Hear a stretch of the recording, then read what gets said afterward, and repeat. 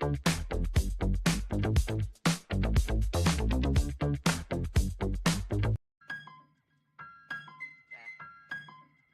back in my bag, yo.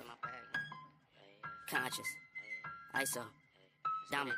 Back in my bag and I gotta brag, I do this shit for real. When we was down and we had nothing, we had to share a meal. We put the shit in overdrive with no steering wheel. Shorty throw that thing back in a pair of heels. Yeah, she be riding on that thing like a Ferris wheel. Yeah, I love them dark skin, brown skin, caramel. You know I had to bring it to the hood like she Karen Civil when she keep on turning head. Cause when she woke that thing jiggle. And we going back to back on them like we Huey and we Riley. This that back in my back, flow, we back again so highly. This that back in my back, flow, we back to chase the climate. This that back in my back, flow, we bring the force like Tommy. Back in my bag, flow. Back in my, back in my bag, yeah. I'm back in my, I'm back in my bag, yeah. I'm back in my, back in my bag, flow. Back again, yeah, we keep on stacking it, what's happening? Everything in Gucci got me feeling like I'm dapper then. Life has been a movie, yeah, so shout out to the cameraman. Pull up to the scene, it's going down like an avalanche.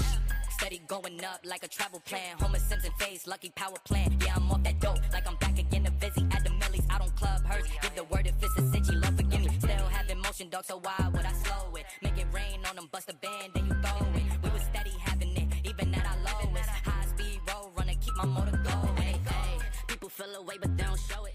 Gotta watch the people that's around you, that you grow it. They be coming around you with some plans to steal your moment. Soon as I bust a nut, she be like, baby, where you going? Never slowing down, it's enough to go around. Yeah, you probably know it's them, but really you don't know it.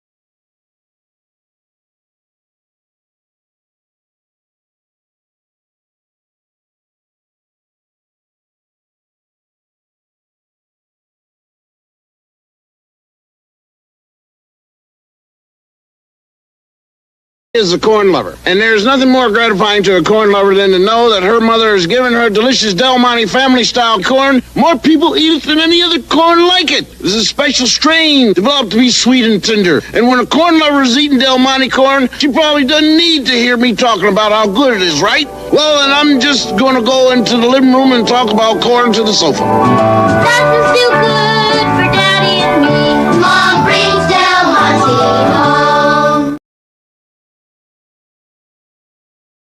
Guys, I will let y'all figure out the irony of that commercial. Give me 1 second, and I hope I can, you can hear me for one. I hope you guys can hear me. Can you hear me? That is the irony of that spot. That is the irony of that spot. Good to see everybody. What's up? What's going on? Welcome to Friday Night Flicks. Angelo, channel member, was in here early. So was Marco. Good to see you just in time, channel member. Also, we got channel member Angelo just chatting it up. Good to see you. I posted a link in the I pinned it, and I'll tell you what that's for later. It ain't a big deal, but it's just something that we're going to talk about here in a second. Douglas Wagner's in the house. What is up, brother? And the man, the myth, the legend himself, my man, Paul Mills, channel member. Good to see you, Paul. Hope you're having a good night, my friend. Going to be an interesting night. We're going to have we'll have Klingenwek, brother Kyle, stop by. What is going on, Oscar? Welcome. Everybody, welcome Oscar, and everybody enjoy tonight's little. Is it a show? We'll call it a show. Richard Hopkins, what's going on, brother and channel member? Did y'all just see like it was an earthquake in here? I just whacked my knee on the table. I did have the mix. I did this thing last year, which is on a recurring deal, and it's kind of jacked up, and it's called Epidemic Sound, and it allows me to go in and find weird music to play if I want to, and have copyright, I guess, rights to it. I have not been called on it yet, but I've got a little documentation I can send in if I ever get slammed. Addicted to Blades 2, what is up, channel member? Good to see you, dude. Welcome. So I've got some cool knives on the table that I wanted to talk to you guys about early this evening. Brando, what is going on? 7 subs away from 600. All right, guys, hold on for 2 seconds. Let me pull something up here. Let's get Brando up and over the hump. Most of y'all are probably subscribed, but I'm going to.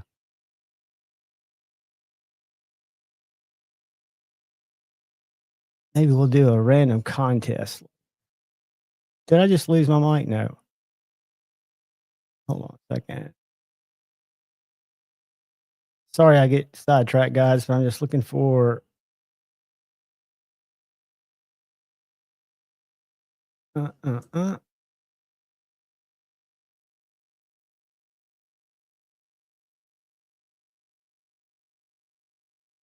hunting. All right, let's not let me put it down there right. Hold on a second. Give me 1 second, guys. Oh, I put the wrong letter in there. Duh. I'm just going to drop a link here in 1 second. This is not going to slow us down any more than it already has, which is not a big deal because we are in no rush. There it is. Boom. We are 7 subs. I'm subscribed. So you're still 7 subs, but we're going to drop it in here. I'm going to pin it. Any of you guys that aren't subbed to Bando, he goes live. I've jumped in there silently, only because I was doing other stuff, and it's good content. Good to see you in here, buddy, and we'll get you to 700. Just remind me. We'll get you over that, hopefully. All right, where was I? We were up here under Bando, Paul and Addicted to Blades. Jesse, good evening, my man. Good to see you, brother.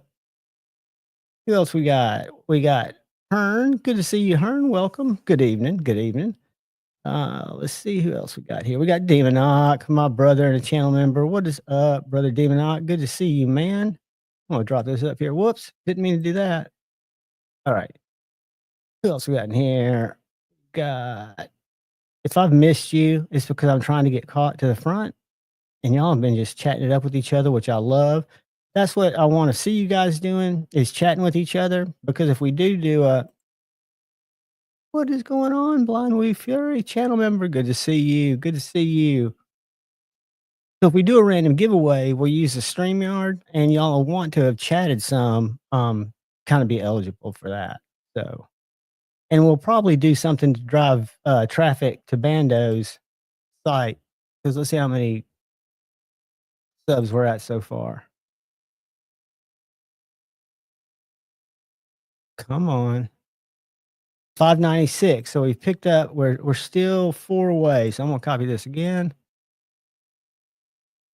If we can get Bando up to over 700, like 710 or so, we'll do a random giveaway tonight. Just so you guys know, it's not that I've gotten out of doing giveaways.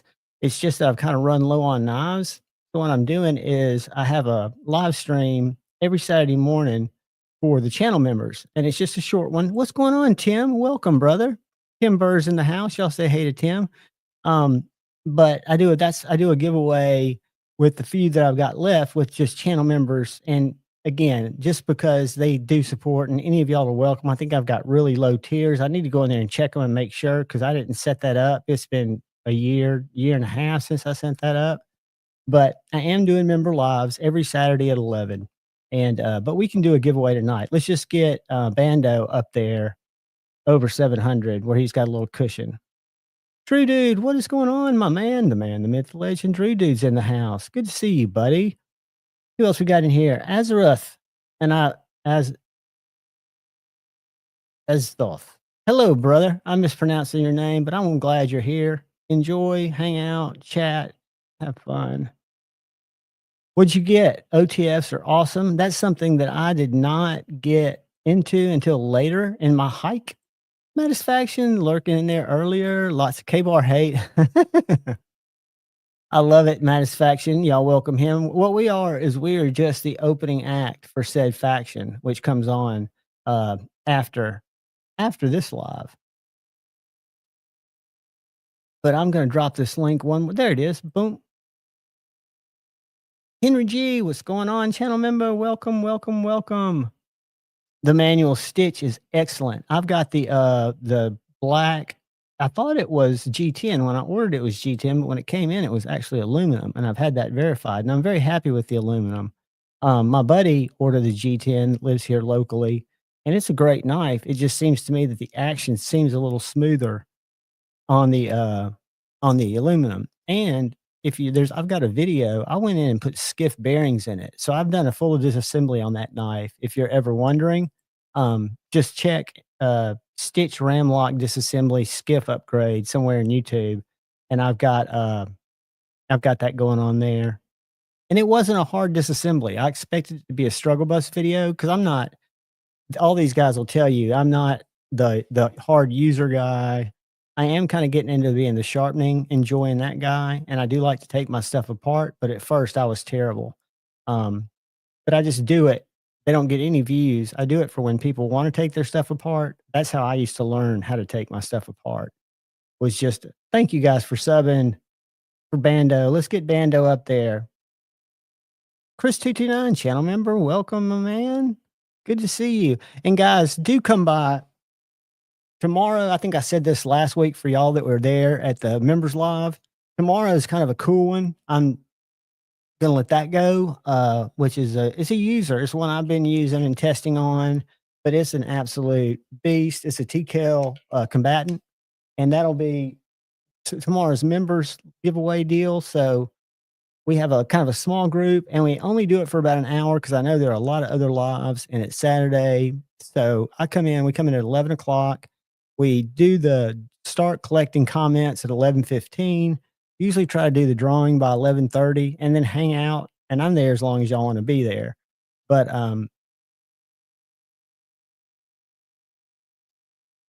Apple makes it hard to do everything, buddy. But don't worry about it, my friend. Do not worry about it at all.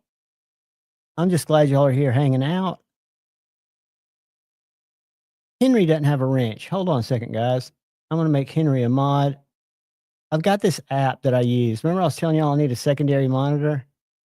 I found an app that turns my iPad into a monitor. Add as moderator.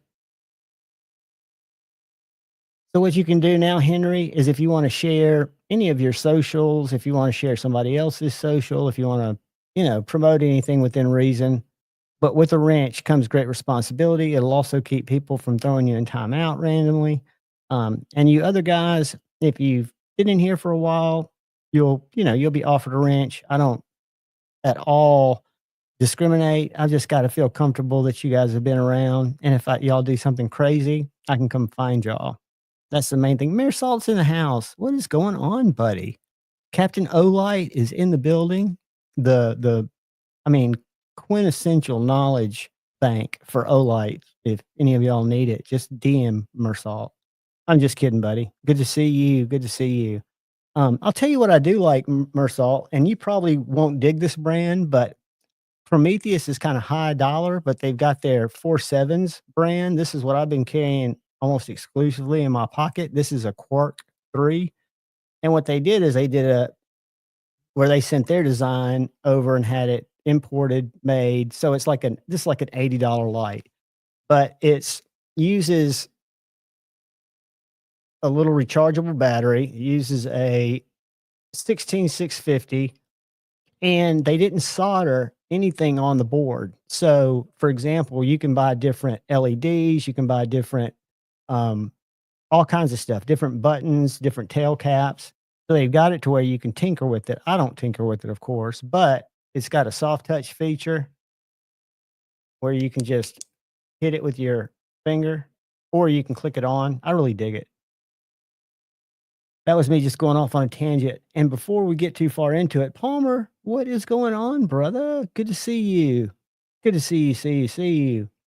I want to show you these Tuyas that I've got on the table because something pretty cool is happening at Tuya. And I've had Dave Warren, the Tuya guy in the US, had sent me some knives. They're actually going back tomorrow, so I wanted to showcase them here. And I've done videos on them, but they're just not only super cool, a lot of them are on closeout because they're doing some new stuff right now, and the prices are out of the world. So I want to show you guys that. And I pinned my affiliate link because I've got a 10% discount code if you find something you like. AJ, what is going on, buddy? I hope you're having a good one too. Good to see you, brother. I hope I'm not skipping over anybody. I'm just trying to get to the bottom. Bando is at 602. Y'all keep going. Let's find Bando's site. Everybody, I'm all about supporting each other. And again, we'll do I don't have the paid for version of Comment Picker on YouTube now, so I can't do a giveaway on his channel per se, but we can get up to a certain number and then do a giveaway just because we've gotten him up there. So y'all go sub to Bando if you haven't yet. I think that's everybody. Nolly Charlie, what is going on, my friend? Good to see you. Good to see you. I'm glad you're doing well, AJ. Nobody listens to Eric. Ordered the Kaiser Sparrow, an S45, and CF scales. Kaiser's up their game. They charged me for the knife and then $4 for international service, but the tracking indicates it came from Chino, California. Don't let that necessarily throw you off, because a lot of times what they do is they just price that in. But instead of you having to wait for it to come from California, they or from wherever, China, they have them in their warehouse, but they've already put that shipping fee in there. So I wouldn't worry about that. I'd be because it probably got to you quicker, I would hope, than had it come. If it took like a month and came from California, they probably just checked it in for stock or something. But if it came in a reasonable amount of time, they probably just already sent them. But they did have that $4 charge in there. I've got a situation that I've got to deal with. And I forget exactly who it was for, but somebody needed a Vosteed mink teeth. So I reached out to my contact at Vosteed, and they put me on a site where I could buy it. And it was, I thought, $5 because that's what it said in the pull down, because she sent me up a special link. So I did it. I used it, put in my $5, got charged. And then she messaged me back that I was supposed to order a quantity of 2 because it was $10. And I said, okay.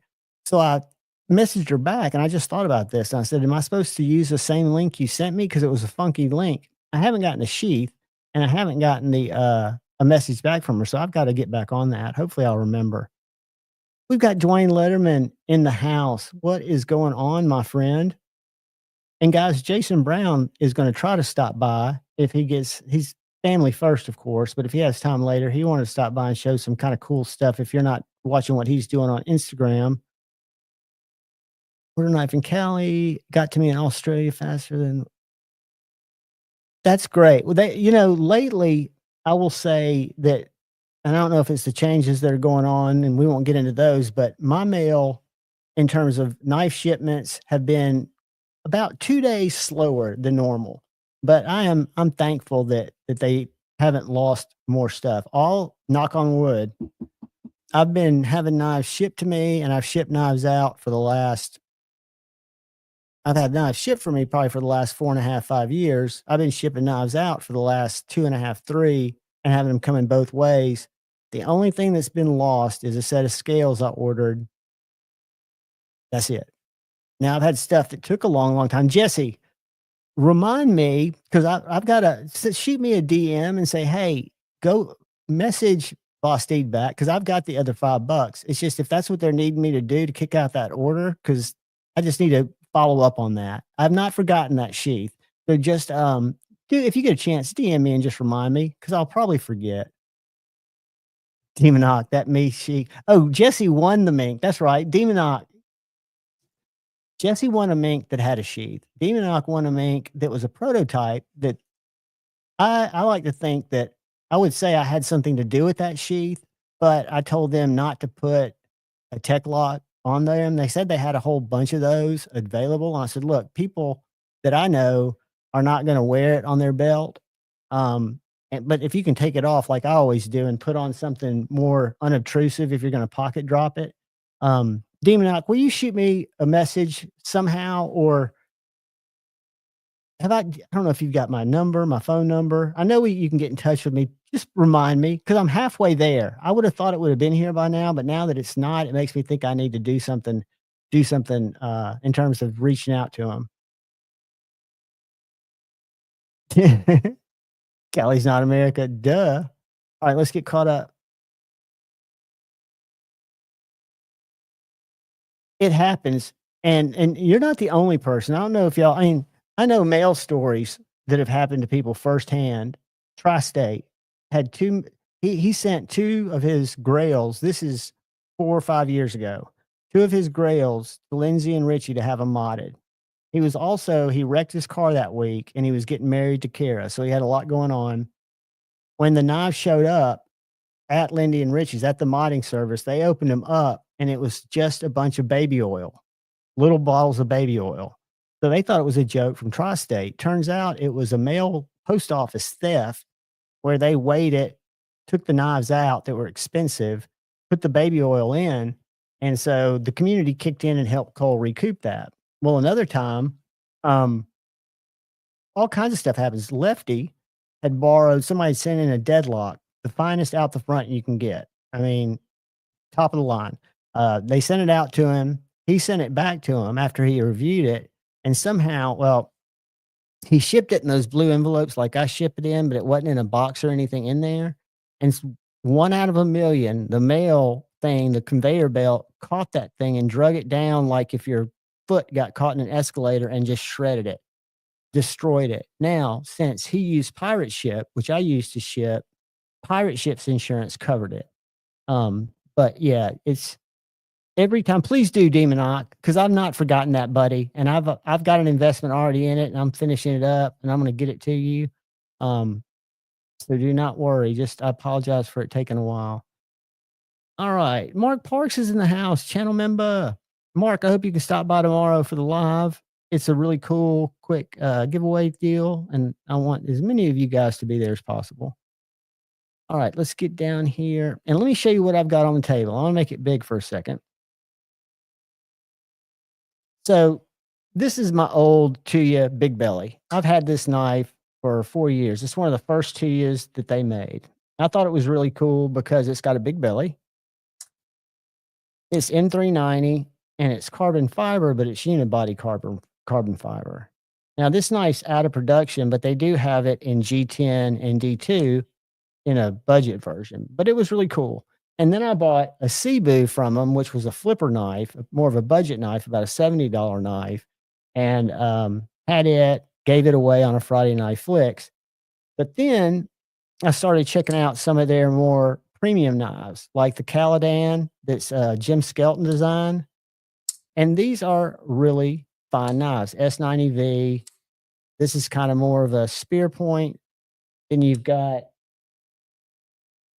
my favorite, this Shocker. This is a medium-sized knife, but it's got a super nice 20 CV blade with a wicked grind, frame lock. And what we're getting to, the punchline here is the pricing on these things. And then this is another Jim Skelton design. Not my necessary jam, but when I opened it, I fell in love with it. I'm not a flipper-only guy usually, but you not only got this wicked blade that's got a hollow on the straight and then a compound on the Tonto, but if you look at the handle, this knife, I didn't know that Jim had designed a fixed blade or fixed blades before, but this was designed after a fixed blade, and the ergonomics on this handle, where this front choil is and this back choil, are really good. I mean, this is a very cool knife, carbon fiber, titanium, S90V. And then I'll get to my favorite last. This is another Jim Skelton design collaboration, and this is called the Hellfire Mini. I would hate to see the full-sized Hellfire.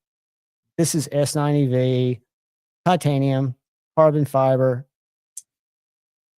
compound grind. I don't know if you can see, but the front is thinner than the back. It is a flipper tab, so it works very well as a flipper tab knife, but it's also got that fuller. And when these came in, these were like over $200, like 250, 260, something like that. My favorite and the most unique knife I've probably seen this year is this guy. This is a Tuya designed from one of the guys at Tuya, the Wolf. And it looks like micarta, but it's not.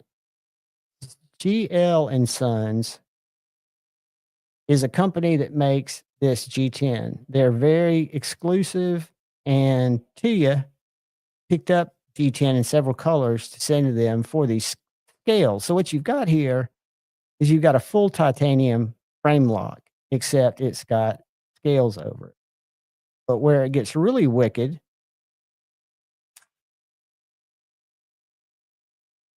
is that blade. You've got this little light recurve, hollow grind, compound, Canto tip, harpoon.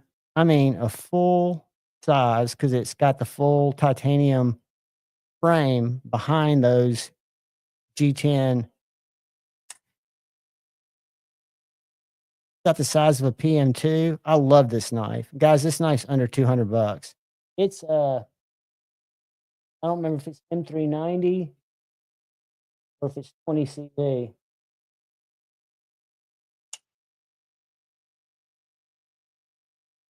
And this one's M390. So the Tuya design one's M390. The two Jim Skeltons are S90V. And my favorite, the Shocker, is 20 CV. So let me show you guys on the website real quick, and then we'll be done with this. Lord Needham, what is up, brother? Todd Carr, what is up? I'll get back to everybody I missed in the chat. Let me share this. And if you use my affiliate link, you don't have to, but if you use any link and to get to you and you put in Javon at checkout, just JUHVON, you'll save 10%. So that's what their website. And I'll be honest, it's not the easiest site to navigate on a mobile. The first thing you'll have to do when you scroll down is click see more. So, all right, the Skateoid, this one right here was $299. It's $159. $159. There are 94 of these in stock. So I thought that was a very good value. That's why I'm showing it to you guys. And then these are really nice knives. These integrals, the strength, that's the crystallized strength. It's not on sale. And yes, they're expensive. There's only one available, but these are integrals. And they're 3D, contoured, very intense knives. But anyway, then let's get back to the Wrath, which I've not experienced except at Blade Show. They're on sale for $179 to $189, and they're S90V. It looks like the only one they have left is this one here, and it looks like they have two of those available. Two Wraths for $179, and then we go to the Wrath V1, closing out for $169.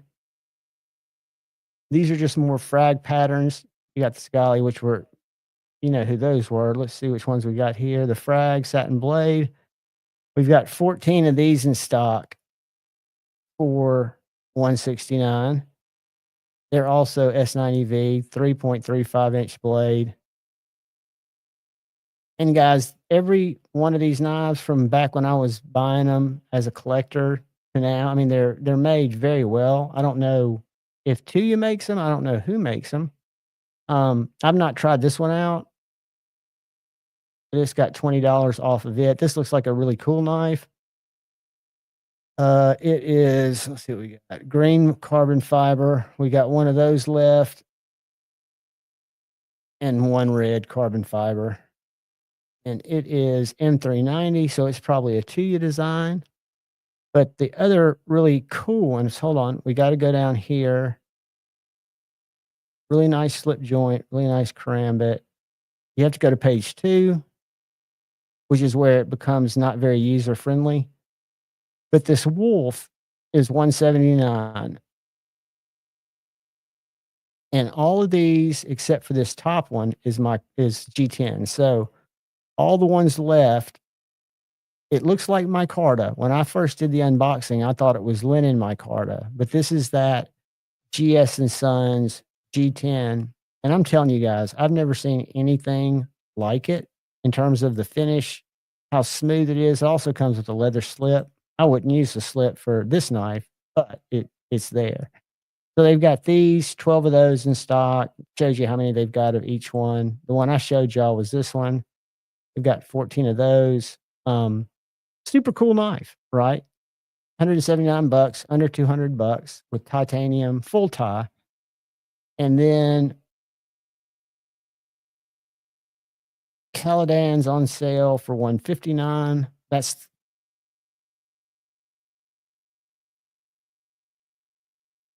That's this one right here. It was $290. It is closing out for $159. And then lastly that I have here is, well, two. The Shocker is $169. It was $285. And guys, that's a sexy knife. I'm a huge fan. And then lastly, the Hellraiser Mini, which I find ironic. And they've got a lot of other knives on sale, but not that I've personally experienced. But that guy was $279 and it's now $159. 72 of those left, S90V. So just know that they're there. A lot of people, because Tuya doesn't do a lot of marketing. I met him, can't remember where I first saw the big belly and got it, but I met him at my first blade show, Dave. They've got a fixed blade for $60. It's kind of a longer one that I would go for. It's more of a camp knife.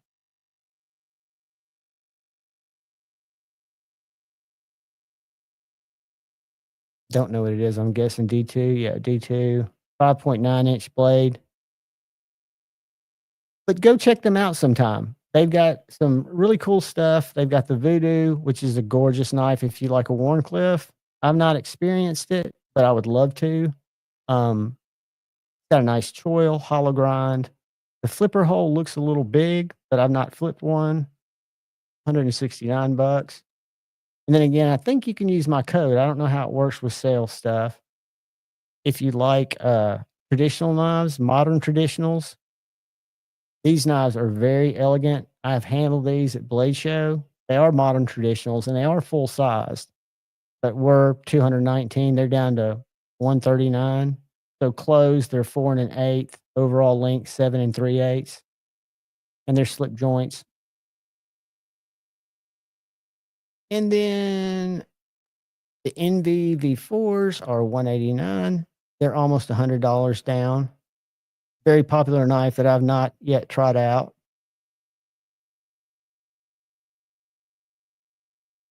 And last page just has some different slips and stuff like that. So yeah, just remember if you go to Tuya and you can't find the knife, if you're on your iPhone, it'll only show you like the top 4 and you've got to see show all. And on a browser, you've got to go down and hit these tabs. And these do ship from the States. So Dave has these in stock. I've had this knife. Marco Scammo won this in a giveaway. This is the mutt that was designed by our brother, Colin Mason Pierre. That's the one I had, who is one half of Devo Knives. These are $169, S90V. That's the one I had, I think. Yeah, I think I had the green and yellow. But yeah, I just wanted to show you guys that. Not to shill, but just, I think it's a good deal. I think all those are really good deals. So if y'all are interested, go check them out. If you want to see any of these again, let me know. This is probably my favorite. I'm going to miss this when I send it back. And I never was a recurve guy, but I do have a work sharp ceramic sharpener. And I know I could keep that maintained with that. I'm not scared of it. Or I could send it to Kyle. Who have I missed? Who have I missed? Maddie's in the house. Ed's in the house. What's going on, Ed? Good to see you, brother. Aid. What have I missed? Ed got to handle a few TKL knives. They very cool people at the booth. They gave me a t-shirt. You met Tim probably and Suzanne, his wife. I don't know who all went out there with Tim, but they are amazing people. I met them. I reached out to them because they're one state over for me. And then I go to their lives. They do a live stream every Sunday morning at 8:00. And I love listening to them talk because she's off camera, kind of feeding him questions from the chat. And he's standing in front of the camera. And he's got a wall behind him that's just covered with pew-pews, like long pew-pews. You got to meet Rob's Nerdy Knives. So your Blade Show Texas ad, enjoy it. I'll tell you, it can be overwhelming. The knives are great. The people are what will keep you around in the long run. I'm going to have to get a kazoo. I do feel kind of left out. What I don't do and this is no fault of anybody except me. I don't do content at Blade Show. I did do content at that little Rocket City Knife Show, but I might do shorts or a little in the pit, but I'm there for the people, for the knives.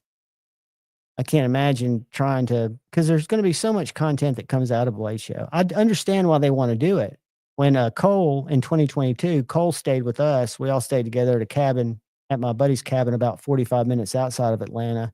And we get home in the evening and we'd all hang out around Kara too. I think the Stanley Cup was going on, and watch hockey. And Cole would be up editing because he wanted his video to go out the next morning. And he took a bunch of equipment, which I get claustrophobia in big crowds. So I like to travel light. But no, that's great because, again, a lot of people wouldn't be able to see it if it wasn't for people like Rob making content. I just don't want to do it. And I'm not really capable of doing it in that big of a crowd. Angelo, what's up, brother? You were here early. I don't know if you heard me when I said hey to you, channel member. Be sure to stop by tomorrow at 11. We got a really cool one going to one of you guys tomorrow. And we usually have 17 or 18 people in those lives. So the odds are really good. B Shady, what's up? Texas is this weekend. It started today. I've seen a lot of stuff on Instagram. The coolest thing, and if you went to TKL's booth, you might have seen it, but I was not aware of it. Let me go to the message that I sent them, because TKL's been super supportive to me. They are fantastic people. But they came out with this little knife. Let me go to their page and I'll show it to y'all. And you know me, I like little knives because I'm kind of a open cat food and open Amazon packages guy. I'm not go out and necessarily split a bunch of firewood with my knife. But this little guy, where is it? Check that out. The DP1.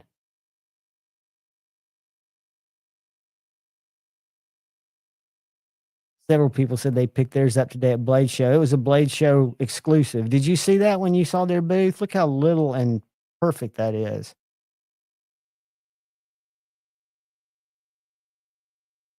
I love it. Anyway, big fan of TKL. Check out their live streams on Sunday morning. Night's Edge. What is going on? You lurk, buddy. You lurk, you listen. You keep it between the lanes. And it's good to see you, my friend. Hey, be sure to stop by at 11 tomorrow if you're free. You'll be doing a live, but you need to be on your phone in my live and at least chat twice because I'm giving away a pretty cool banger tomorrow, Fixie. All right, that reminds me, we need to check Bando pics. We're driving traffic to Bando tonight, and we were at 596. Now we're at 602. So we need a little more cushion, and I promise I'll do I will give away. I'll show you what I'll give away. Give me a second. I'm gonna put Bando's link up here. It's also in the chat. So if y'all get a chance, go sub to Bando, hit notifications, watch a short. I'll show you what we'll give away.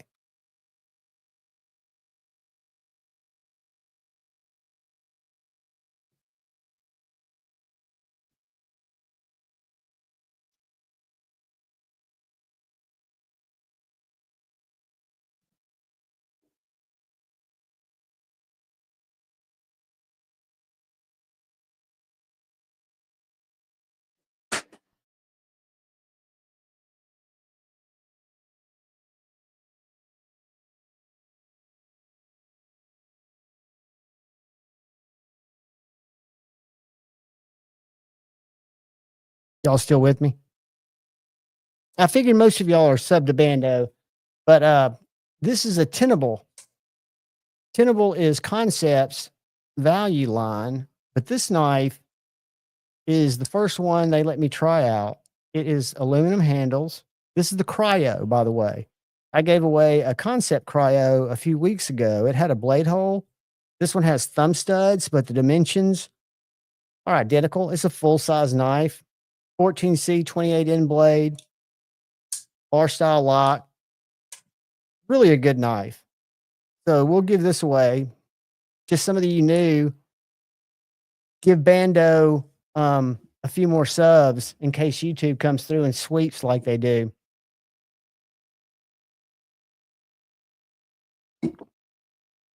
But I am finishing up a double shot. I'm getting ready to transition into a Jet Life grape lemonade soda. One of my favorites. Yeah, I always am on the couch, kind of at my groggy time when the Night's Edge is on, but I've always got it on listening. I'm usually a creeper. And then I always feel bad because he's still live when I've got to pull it together and do my members live. That's why I do my members live so quickly. I try to do it and just do the giveaway and get out of there. But I don't, it's just something I want to give back to the members because I don't do a lot of members only content. I don't have a lot of content right now that I can think of to do. I'm kind of at that creative writer's block, but I still try to do one a day. Plus my shorts. Richard just subbed to Bando Picks. Thank you, buddy. And guys, we'll do the giveaway, but I just think we ought to support him out.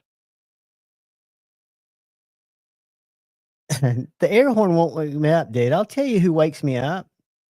I've got this thug cat. Not my cat. My cat Tippy's always been thug, but this cat Cheeto that I tell you all about, Cheeto will come by tonight. But it's a big cat, a big like Garfield. What are those called? Tabbies? Or not tabby? Calico? I don't know. It's orange. It's an orange cat. Orange cats are crazy for any of you that know anything about cats. But I'll sometimes fall asleep on the couch. Quite often I fall asleep on the couch because I sleep irregular hours. And that son of a bitch will get up on his hind legs and pluck. I'm in a house that has a metal screen, and he can pluck that screen and wake me up. But yeah, I can sleep through a lot. But I do, it's weird, naptosis. I do the micro naps. That's exactly how I roll. I'll do an hour here, 2 hours there. I don't need sleep like I used to. I guess physiologically I do, but if I don't feel it, I'm not going to make myself sleep. So I'll just lay there and toss and turn and my brain gets nuts. And if my brain gets busy, it can get kind of nasty. I'm not into it. Not into it at all.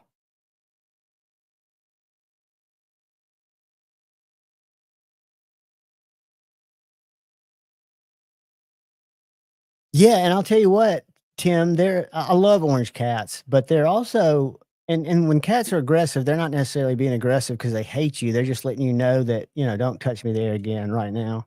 But he'll wear you out. Absolutely. Hey, Ninja, what is up? Good to see you, buddy. Good to see you, my man. Micro doses, hero doses. Hey, I'm all for it. Much better than pharmaceuticals, sure, in my opinion. And unlocked a lot in me that was all good. I mean, granted, did I always have good experiences? No, but some of the hairiest experiences gave me the most personal growth. You can learn some pretty heavy lessons on hallucinogens. You don't want to ever do that again, was the one that came up the most. It's like, I want to do that again.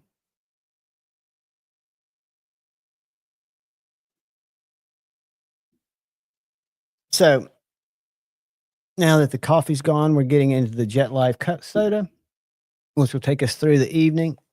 Another cool knife I'm checking out. Have y'all seen these? This is a Vosteed parallel. And I've never seen a knife that thin.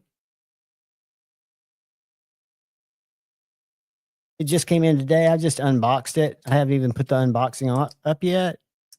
But I can tell you, I want to say this one has a map price of like 124 maybe, and it's S35VN and I think tie or aluminum handles. But it is half the size, half the thickness of my bug out. I've never held a Narrows, but it's got a back spacer, it's got a bar lock, it's got chamfered edges which make it not sharp, and best off, it's got a deep carry wire clip. So for a thin EDC, I'm very impressed with it.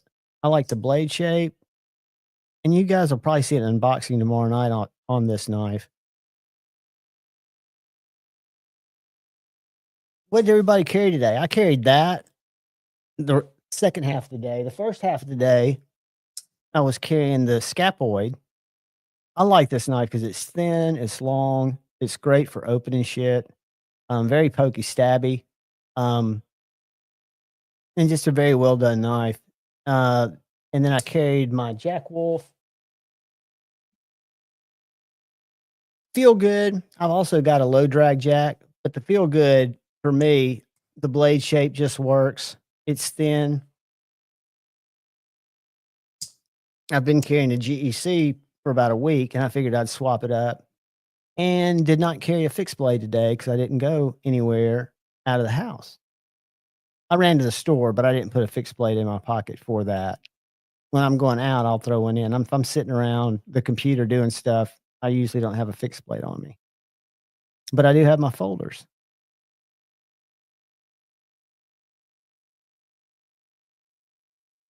See what else I did. I think I videoed it.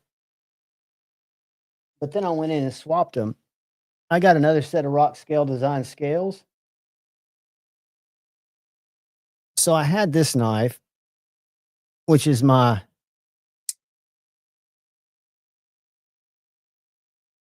Warncliffe that I traded Brother OCD for EDC for. And I wanted to get some scales. I've got 3 PM2s.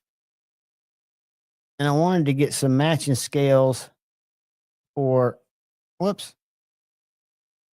Uh-oh. What do we got going on here? For my Tanto. And that'll leave me, I want them to match the same pattern, Critter. And then I'm going to get some for my my S110V. But I love these scales. And I've carried this knife again. I carried it yesterday because I think for me, and I don't know why I'm having trouble flicking it. Maybe it's just the angle. Maybe I need to give a little loosey on it. But when I did and went through my collection for the perfect EDC knife, what I think would be the perfect EDC knife for what I cut, which you guys know it's very little. The PM2 is what came out on top for a lot of reasons. They offer different steels, they offer different blade shapes, they offer different, they're moddable, they're easy to mess with. And the bug out, I'm getting ready to do a video specifically on the bug out about Benchmade is, but yeah, pretty cool.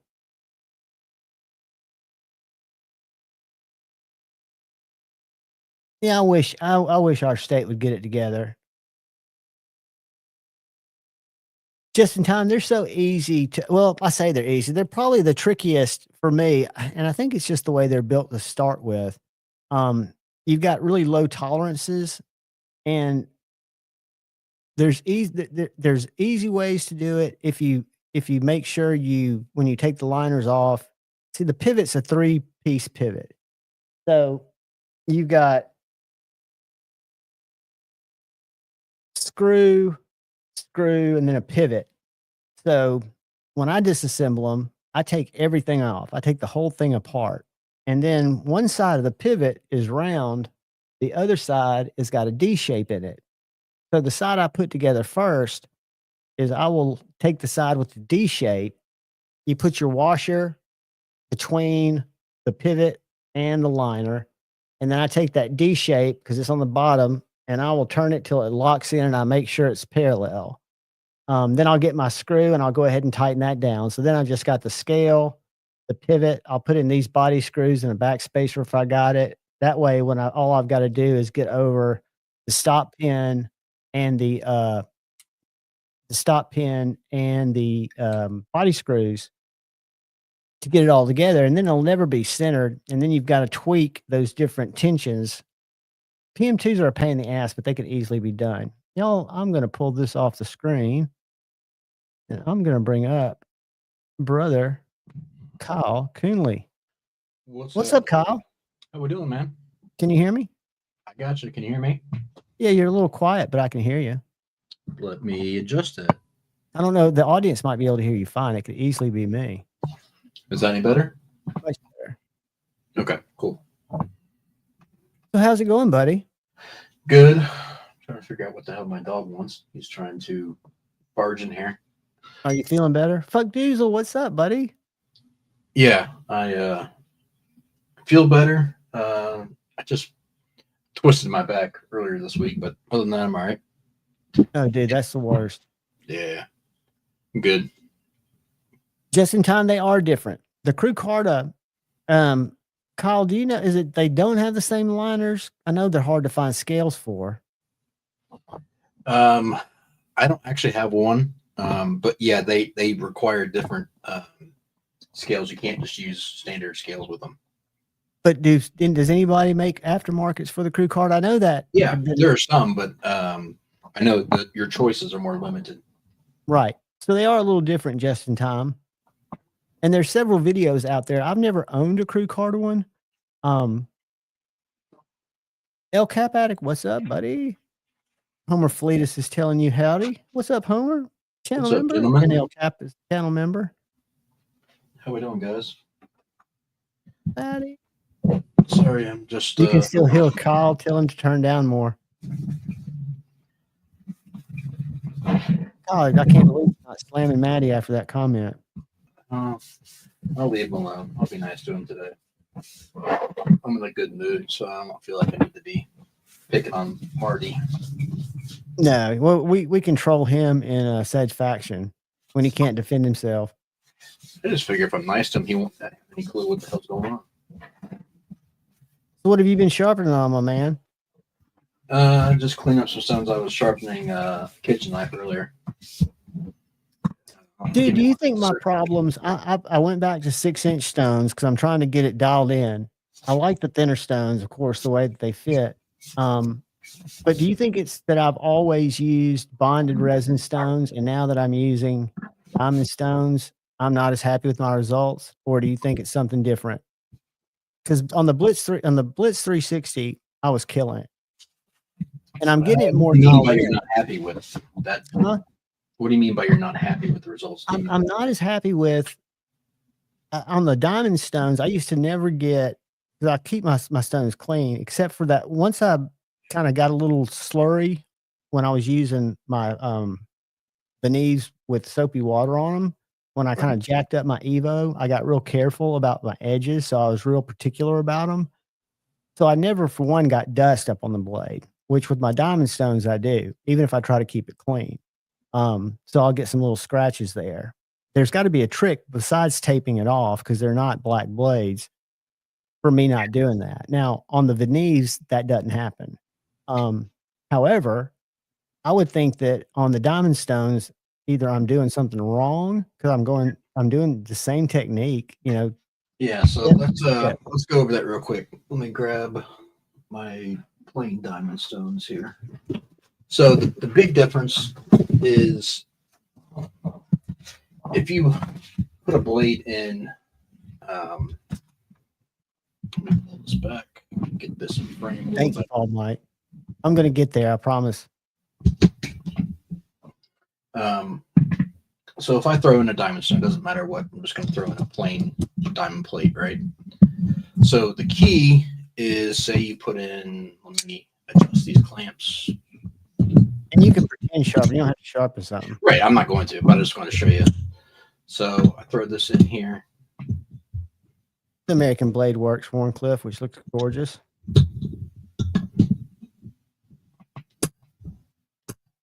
Okay. Move my keyboard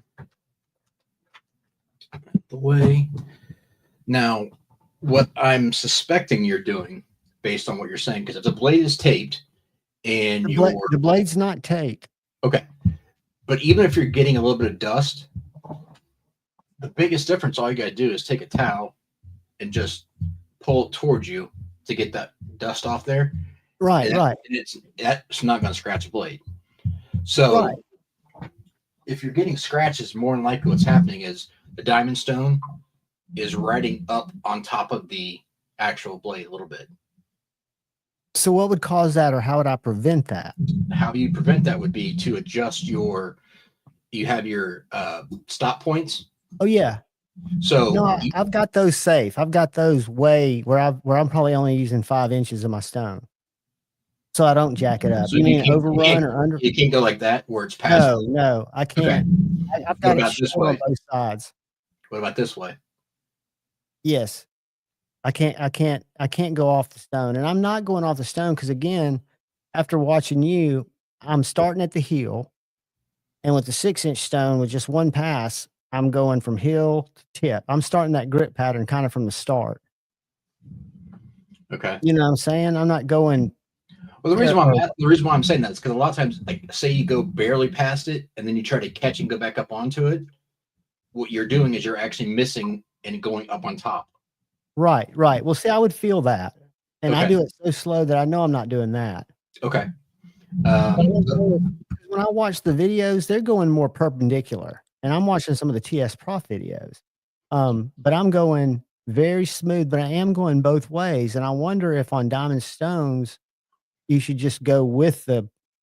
I don't know. I mean, I don't know if I should be going. So you're talking about if you just went this way, then came back, and then just went that way again. Yeah, I'm wondering if that would be more of a. It seems like more of a hassle, but you don't do that, do you? No, I mean I go this direction and then back this direction but that doesn't make a damn bit of difference. So that's so you don't see a difference, is what you're telling me, between the diamonds as much and your other stones. Correct. And maybe it's my angle finder, because I just got my angle cube in today. That's made for it, because I've been using a Gridmatic angle finder, but I can't imagine it being different. I just can't imagine why they're not consistent. The only other thing I can think of that you're doing is that you're getting to the point where when you're I'm trying to think of how you'd be scratching it outside of that, because there should be. It's not as much the scratches, but I also feel like my apexes aren't as clean. And maybe it's just me getting used to the system, not spending as much time on it. I don't know. It's peculiar, and I've been hesitant to sharpen a lot of knives just because I feel like I'm not there yet. Well, if you want, we can do where I actually just watch you and see if I can pick up on anything, because from what you're saying, it doesn't make a lot of sense of why that would change. But the principle of using a diamond stone in that system is not any different than what using the Veneves. And I wouldn't think so, because after the only one that's got, and it cuts well is the first stone. I can't imagine any of the others making considerable dust, because I do wipe it, between passes. Try this. If you were to use your diamond plate as your first stone to cut faster, and then switch over to your Veneves and just use your angle adjustment to adjust that, and then. But I'd also have to adjust, which isn't a problem, but I'd have to adjust my stone holder each time. Yeah, but that's not bad on the Pioneer. No, it's not bad, but it's just I need to learn how to sharpen on 6-inch stones, and those stones, they wouldn't send them out if they weren't good. So it's user error more than the equipment. Well, it's personal preference, though. I mean, so I'm not a huge fan of just all diamond. That's not my preference. The Drew 0, because they actually don't have any programs for that. The diamond plates themselves are, to me, they're good cutters, but they're not a good finish on the stone. I don't like the result. The final patterns you get on your high, not even going much. They're very coarse and they wear out very fast. So like these are great for cutting, but then they won't last if you do a lot of knives. So and on my 4-inch system, I have I think a 150 or 100 a tome that was my cutting stone. Right. And then I'd adjust my height for my veneers and then start with my veneers. And I think it was just probably me being used to that system and me needing to get used to this system because it's every bit as stable, if not more stable. Oh, it should be much more stable than the Blitz. Yeah, so that's Yeah. why I don't understand what I'm doing or not doing enough of. And it could be I'm just not doing enough of something. So you said you feel like it's not Apex. Are you? I feel like I'm not saying it's not Apex, and I'm getting a burr. I get to my last stone like I had been, and I'll use it to hone and then easily rub it over my strop. And I've switched from 6 micron, which shouldn't make a difference, but I switched from 6 micron gunny juice to 1 micron stripey stuff. Feels great. But when I go to then cut paper, it's not feeling nearly as it doesn't feel like I've got a smooth edge, even though it looks pretty smooth under my mic. Or under How the steady are your magnifying glass. hands? What's that? So how steady are your hands? Not as steady as they should be. Okay. I was going to say, because what you can always do is to test it, to run it across your fingernail. And if you catch any snags, then you know you missed some of the burr. Good point there. But again, if you're not comfortable with that, then don't do that. No, I'm comfortable with that, and I've done that test before, but I didn't remember it. That was back when I was work sharpening it. So that's one to check and see, and then if you know that there's still some there, then go back to honing it. And I mean, hell, you can even do it on here if you're very, very careful. Just put your fingernail and run it across there. Oh yeah, definitely. I'm not going to jam my finger up into there. I wouldn't think. No, but just again, I'm not recommending that to everybody or saying that's the best way to do it. I'm just saying that is an option. But well, it does give you the tactile feel that when you don't have to take it out of the clamps to then put it back in the clamps and have it in the same place. Right. But see, I can feel, and what's weird is I'm looking at it with my glass, and then I'm feeling, because when I get to the end, I'm just doing one pass on each side, checking it, not feeling a burr, and then just getting a little, who knows? I don't know what I'm doing. I know it's technique that's not up to speed, but I'll have to. What have you been working on, dude? Just finished up a kitchen knife. Let me grab it and show you.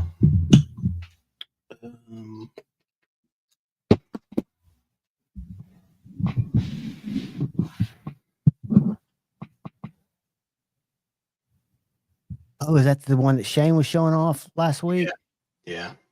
What do you think of it? It's nice. Dude, that handle looks different. What did you do on it? This is I think it's I can't remember the name of it, but it's a hardwood that right. I just cleaned it up just a hair, and that's about it. Did you oil it or anything? Or is it that just the color of the wood? That's the color of the wood. Let me grab a piece of paper. It's nice though. It's comfy. I mean, in it.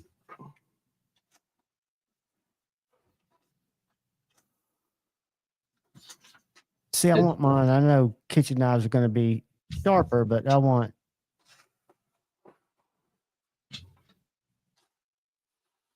Do you ever see Cutting Boy Cutlery's videos? Scott's? Choir Boy Cutlery. I'm sorry, Scott. No. The big guy who does all the fixed blades. I know who you're talking when they about. come to him, he can have paper folded up and it'll cut down through it. And these are big fixed blades. Is there a trick to that when you record? Scab, are you? What's that? Yeah, Scabs. His name's Scott, but Scabs. Yeah, I know who you're talking about. Because he'll have paper folded up vertically. He'll like accordion it, sitting on his counter and just slice right down through it. Hey, Black Star Designs is cool, Paul. I saw them, I think. Hold on a second. What's up, buddy? I bumped into them at the Rocket City Knife Show, and they had some killer stuff. Fixies and folders. Their folder was sweet. What's up, Brown Sugar? Good to see you, girl. There's Black Star Designs. Good to see you, buddy. Nice work. What are you doing off camera, Kyle? I can see your shadow. You're not cutting yourself, are you? No, I'm not cutting myself. I'm good. Okay. I was just going to take you off screen so my channel didn't get banned if you were. No, I'm not. I'm trying not Okay. to cut myself. That'd be great. I'm kidding. So anyways, I've been working on that. I got a couple knives shipped out that I finished up. Let's see. I got this one in to work on. That is for Bluminati. Is that a thug? Yep. Oh, dude, that's gorgeous. What's the handle material on that? Is that paint? No, this isn't Fortnite. This is a it's an acrylic. It's a synthetic of some sort, but I don't know exactly what this one is. It looks nice, doesn't it? I'm sure it looks nice in person. Yeah, it's good. It's very nice. That one. I got a couple other small ones in to work on, but not a lot. So just trying to finish these up. I finished the handles. I do too. I think the Thug might be one of his most popular models. I finished up the handles on this guy. This was the one that I showed off the other day, Tuesday. The before and after on that's amazing. And I know that took a lot of hours.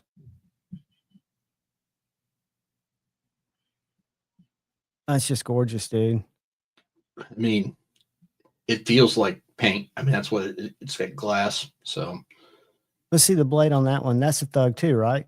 Yeah, this is a crew wear one. This one's actually for sale. I need to I'm going to retouch up some of the acid wash on that and then sharpen it. But this one is available. That's crew wear. That's the winner. Do people get in touch with you or Shane, or does it matter? Shane. They can get in touch with Shane, and then I'll finish it up and get it shipped out to them. Sweet. Yeah, the Thug's great. Mills, I don't know on pricing. Just reach out to Shane on that one. Paul, did you get yours yet? What was I going to ask you about? No, still in transit. All right, never mind. Just looked. Oh, is Paul's on his way out? Yeah. Sweet. It should be on his way to him. So Shane dropped it last week, but I came up with a little design. He was talking about it, and I sent it to him. Has he shown you that? No, he mentioned it to me, but has not shown it to me. I think he was trying to keep that between you guys. Yeah, we talked about it a little bit last week, and I'm really doing it for just to kind of have something that I think I'll like, made by him. And then if they're popular, let people buy them. But that Thug is sweet, dude. Yeah, they're nice. I think I'm gonna have to eventually get one of those. I want to say they're in the 3 range, but I don't know. They're different metals. Huh? They should. I know that the crew wears is less than that, and then the ones that he did in Nitro V are even cheaper than that. So they're not that much. I would. Well, again, I think you're probably. I mean, you don't have to hold yourself. Yeah, don't misquote me, but I think this is in the 240 to 260 range, somewhere in there for the crew wear at 65 or 66. I can't remember exactly what he did that one at. And then the Nitro V's are cheaper than that. So that's gorgeous. Hey, has anything developed on the USA made blade front? Has anybody heard anything on him getting made whole? Not that I haven't heard either. Not that I've got clarification that I'm willing to no, speak. I got you. No worries. I mean, I've heard things. Well, I watched I noticed that Whitty was live last night for his Thursday thing, but so much of it is, and it's hard for me. As a matter of fact, let's see if we're streaming on Instagram. I went live. I went to Instagram too, because I went from a personal account to a professional account. Yeah. And instantly got flagged. So instantly I was told that all my shit could only be seen by people that are following me, right? Okay. So I appealed it, and I'm waiting for them to say if it's okay or not, because in that same amount of time, right? So I went pro again, which all I have to do to make those go away is to go back to a personal account, but you can't stream on a personal account.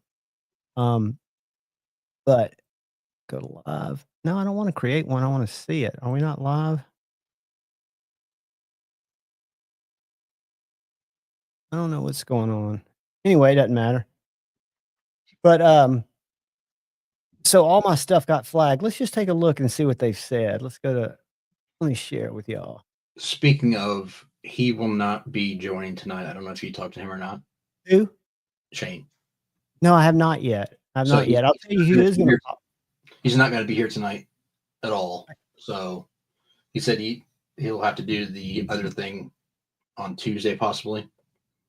I got you. So you go up here to your settings, and then you go to settings and privacy. And I should have a place that says account status. Can y'all see this? Yeah. Ooh.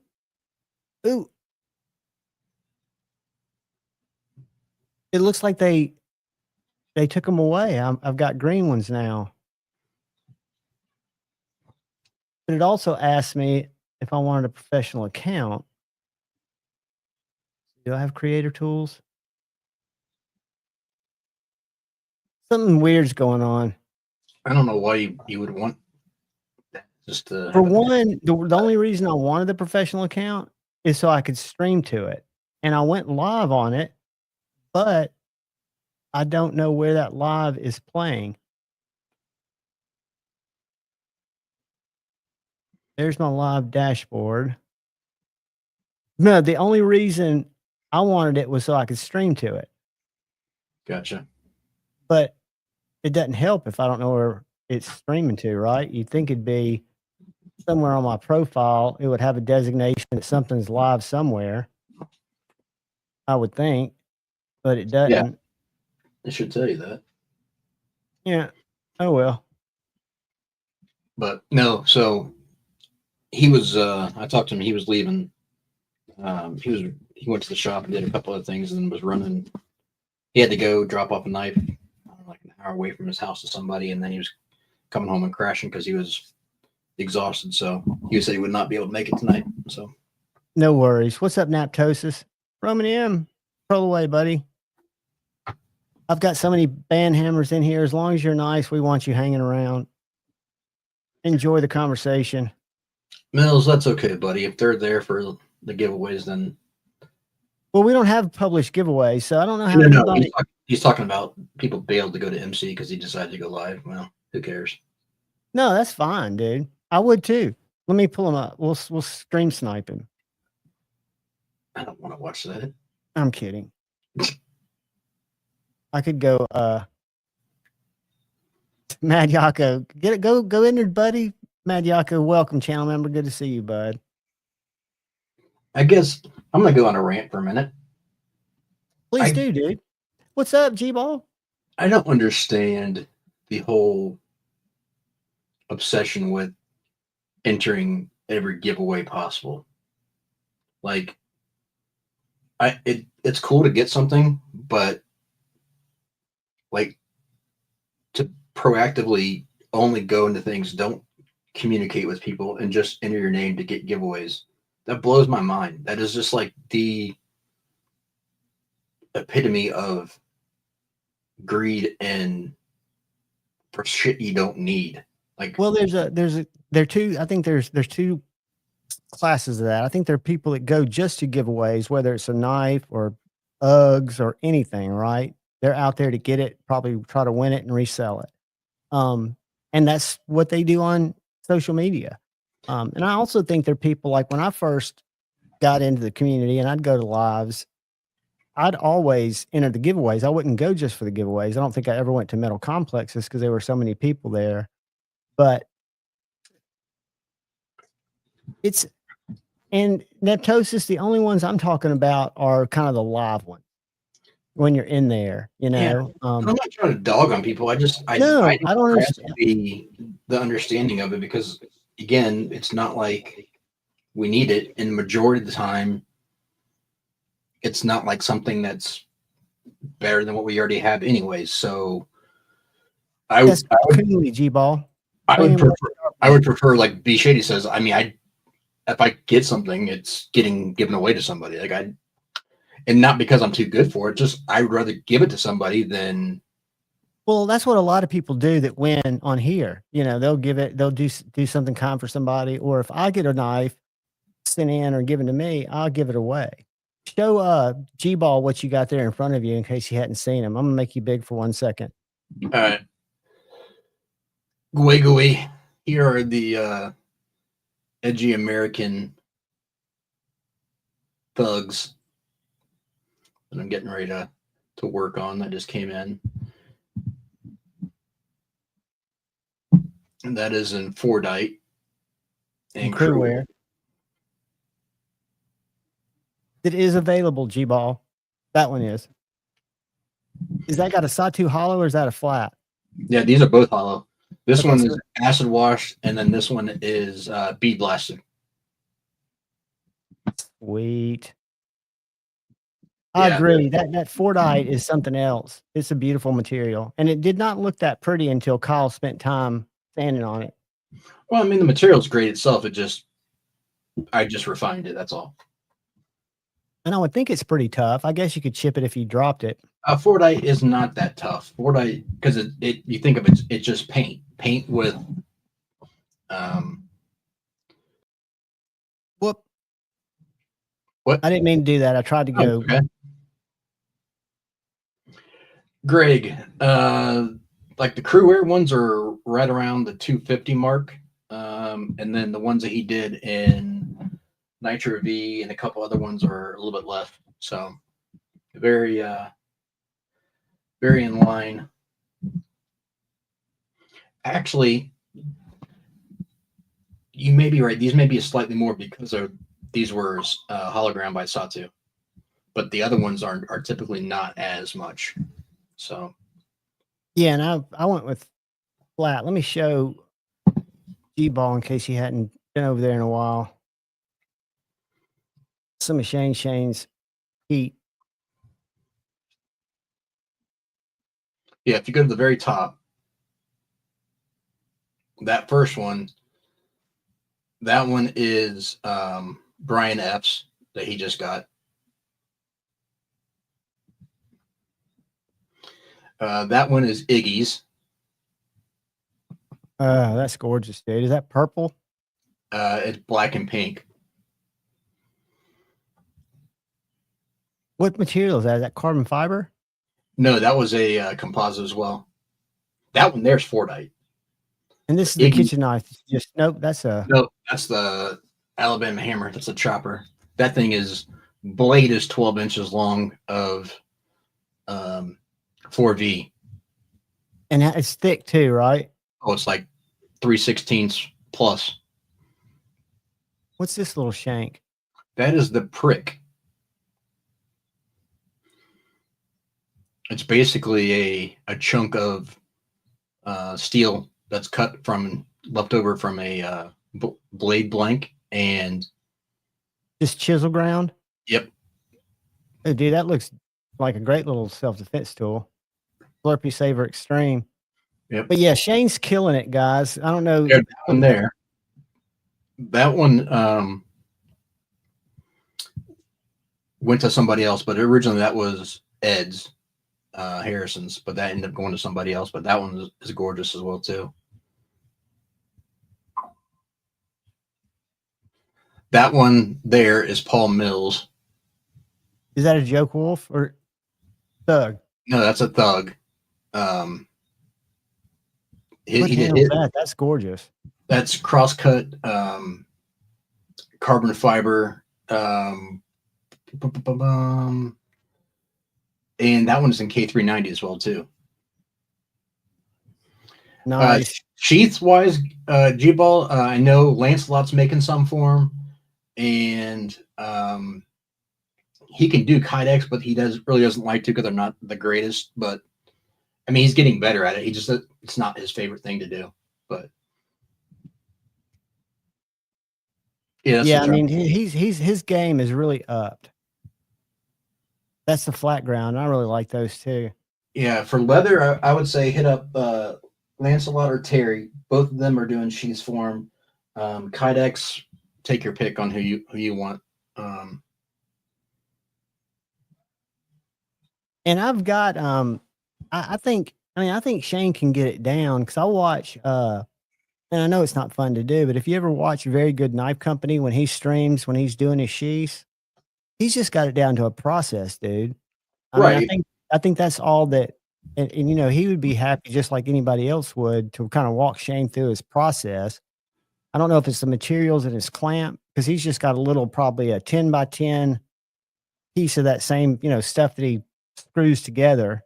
He has a little oven, like a oven you see in a apartment that he heats kydex up in, and then all his little tricks he does with his heat gun and with a nail or with his heat gun and his thumb to get his ramps and stuff like that. Yeah, the process isn't difficult, but it's a matter of getting to the point where you're comfortable with it. Correct. And the only way you and I know to do that is to make a bunch of them. Right. You know, I mean, he doesn't have the patience to do that. That's the issue. I can understand that. There's a local place in Tacoma that does custom knives called Vulcan. Custom knives and local knives are some of the greatest finds, because when I went to that Rocket City knife show and saw Black Star, saw the little knife I bought from Mud Dog Forge, Dustin Driver was there, and other small makers that you don't see and they don't get a lot of exposure but make gorgeous knives. Hey, Greg, if you're interested, this one is available. This is the only one right now he's got that is available. And this is the Crewwear, like I said, 65 plus HRC. So if you're interested, hit up Shane.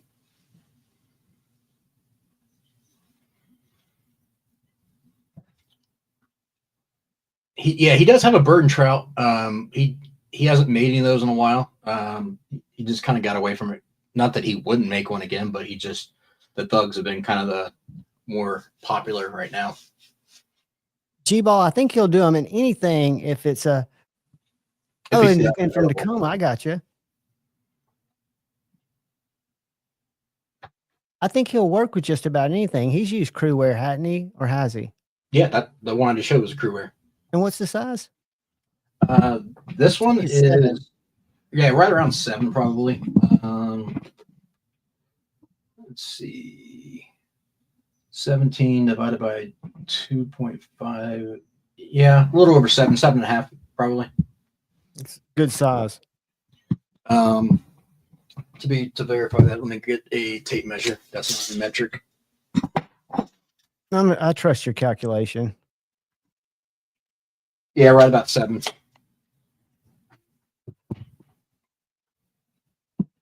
Yeah, just a little EDC fixie. I think for me, my sweet spot, because I don't do a lot of hard use, is 6 to 7. 7.5 is fine. I think one of my favorites that Boker has. This one's about 7 1/4 to 7.5. So he can adjust them. And it's got a blade hole. It's a very aggressive looking knife. I like that. Yeah, these are big. On one of his lives.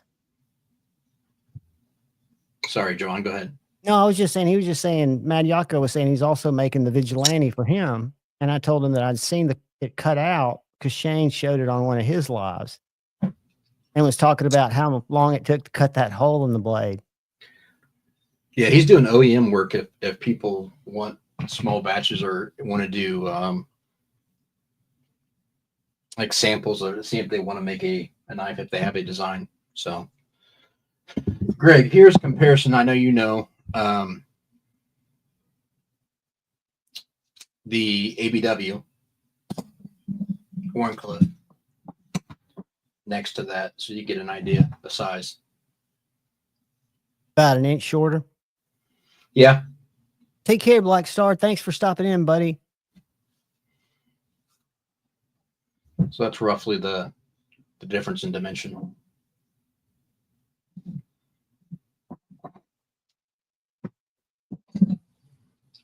All right, guys. Bando Picks is up to 605 subscribers. I'm going to drop his channel in there one more time. If you hadn't had a chance to subscribe to him and you'd like to, we are going to do a giveaway anyway. But since y'all jumped in there, give him some love. Give him some love. Hey, did I tell you, Kyle, that Jason might jump in here for a few minutes? Have you met Jason Grant? Yeah. I thought you had. Yeah. Normally, Charlie, he can, if you can dream it up, he can make it, buddy. When he first told me he was going to be making knives, I'll be honest with you, I was like, okay. I did not expect them to be as banging as they are. And here's the thing, guys. I will say he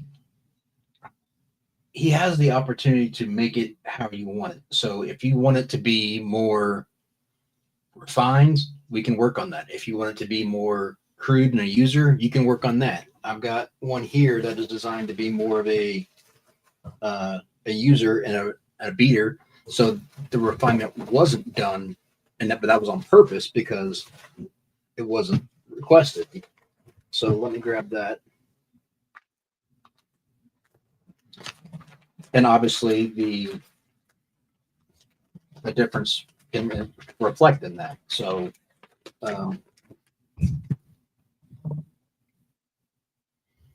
so like this one is designed to be. I'm making you big for a second, just giving you a warning. That's fine. Yeah, so this one's designed to be a beater. I mean, it's designed to be a user. So it's got a little rustic kind of feel to it. Yeah, but and that's, some people have that design. Like, I mean, Lex Rex is that way. Jason Grant is that way in some things, or he does a little more utilitarian to be. Well, TKL, I mean, is a good example of somebody who's not going for the refinement of someone like Very Good Knife Company. They're going for something different, toughness. All right. So that's about 8 inches, I'm guessing. 8.5. Yeah, probably 8.5. Then I like it too. Then you got something like this, which is kind of that same thing. It's more of a user, but it's a in between, so it's a little bit different design. And guys, the thing I can't stress enough is the precision that goes into the heat treats of these knives, because that's Shane's the hill that he dies on weekly, and he's dialed it in. What is that one made out of? That bottom one? That one I think is Nitro B. It's an interesting shape. Was that one of his designs, or is that somebody's design?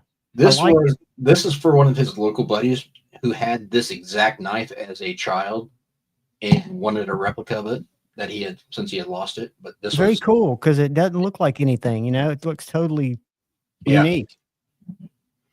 Yeah, so I mean the biggest selling point is you're buying from him, whether you get the fit and finish, whichever version you want, you're getting the best options for steel and the best heat treat, and grabbing pretty darn good edges as well too. So what's the top knife? Just in Time was daydreaming. I forget the name of what he called this one, but it's got this was actually an accident but then somebody liked it, so that they're gonna go with that. So they're gorgeous knives, but I didn't interrupt you. You were saying not only are you getting, I think you were going to talk about, you're getting it sharpened, you're getting. Yeah, I mean, you're just getting for value for money. You're getting, for a custom, you're getting a lot of value.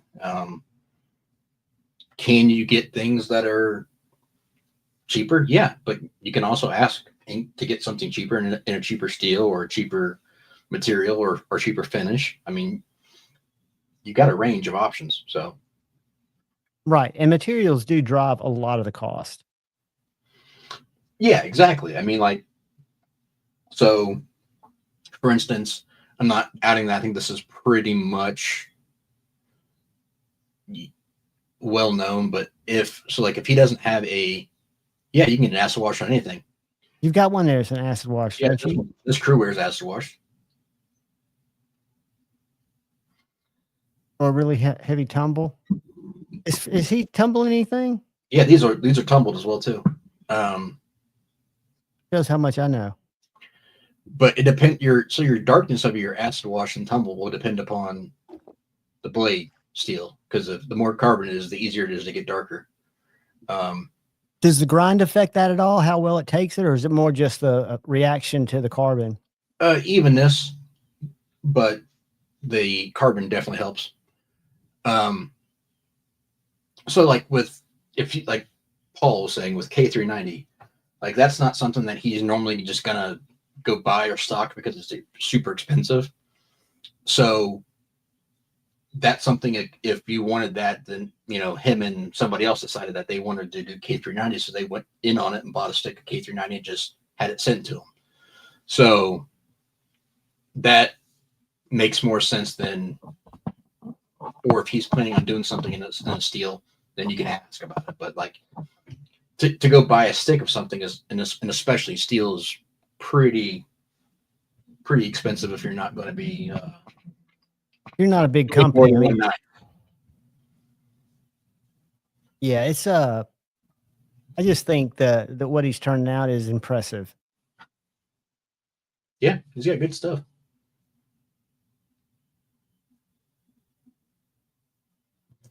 Paul wash on something, no doubt. Paul Mike's got it going on. There's so much talent in the community. I mean, it really is. I say that all the time, but it's just because I have none when it applies to that kind of stuff. That it's really impressive when I see people stepping out like Joe Isabella, like just a bunch of you guys. He's definitely a craftsman, that is for sure. Yeah, Greg. So I mean, think about that's what 9 months ago, and he's already probably pumped out 40 to plus, maybe 50 knives. Not doing it well. I mean, kind of full time, but not doing it as full time as most people make knives. He definitely had setbacks in between there too. So we're sure that I know that he's actually heat treated probably 30 plus himself already. And to me, when he ran into situations out of his control that slowed down his heat treats, for him to suck it up and buy an oven, knowing that that's kind of what he bases his credibility on. That's what Shane's always spoken to. So for him to take it on his own responsibility to make sure he's hitting the numbers he needs to hit and doing it in such a quick fashion. He told me, he couldn't have done it without the help, but it's not any harder than just dialing in and watching what the specs call for. Well, not that, but he also has the ear of the best in the business to be able to help him with that. Right. Which doesn't hurt things. So that's how you can get to the point where you're that comfortable and good at it. Kyle, which one, G-Ball? Thug? Hold the Thug up to G-Ball. I think that's the one you're talking about. See how close you can get it.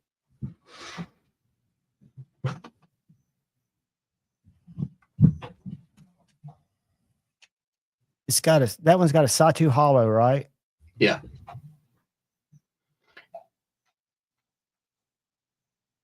So made and heat treated by Shane, finished sanded, and acid etched and sharpened by Kyle and ground by Satu. I mean, that's a community heirloom.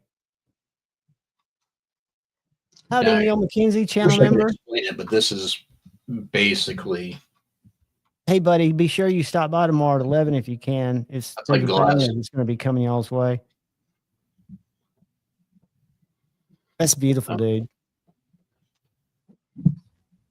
And I bet the color choices, if you went to a Fordite store, are just, infinite. And you probably can't get the same thing a bunch. Well, the colors aren't infinite because they change. Well, I guess that's true. They change every time, but. Well, I guess I meant they're always unique more than infinite. Yeah. You're going to have so many different layers that look different. And the other thing to it is it's super expensive. It's spelled Fordite. Greg, what it is it's paint that was collected basically like overspray and paint from paint booths from actual car Auto dealerships. shops primarily, right? Well, yeah, I mean, a lot of it, that's why they call it Ford. Some of it came from Ford. There's certain colors that are only Ford or Jeep or whoever was making it. And then it's formed, and it's pretty darn pricey to get a block of it. Well, they repurpose it. I mean, I can only imagine it's very expensive. Yeah.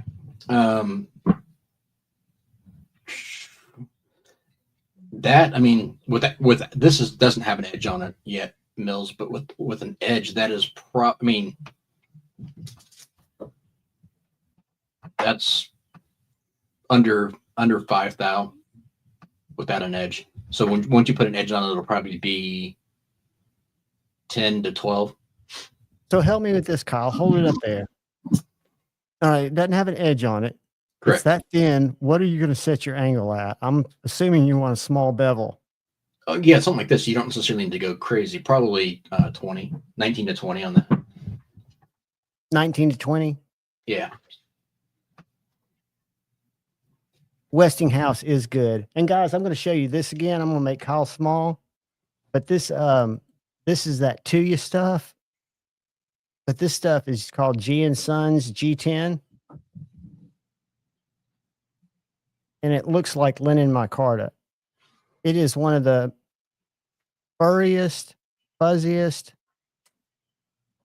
handle materials. And I've never heard of it. Whoops. There he is. So guys, since y'all helped Bando Picks out, I'm going to throw his link in the chat one more time because I know some of y'all might not have had a chance to subscribe to his channel yet. G Carta is correct, Demonoc. You said the name right, G Carta.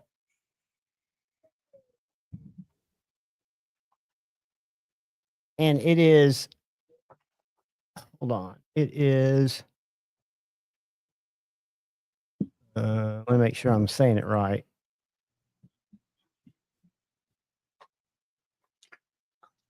It is Todd, yeah. Turned into a pretty big, well, it's a niche industry, but very cool industry and expensive. Yes, 6 variations of G Carta by GL Hansen and Sons. And I don't know who GL Hansen and Sons are, but they evidently have name recognition. But those are the colors of the G Carta. Can y'all see that? The top one's not. Top one is actually micarta.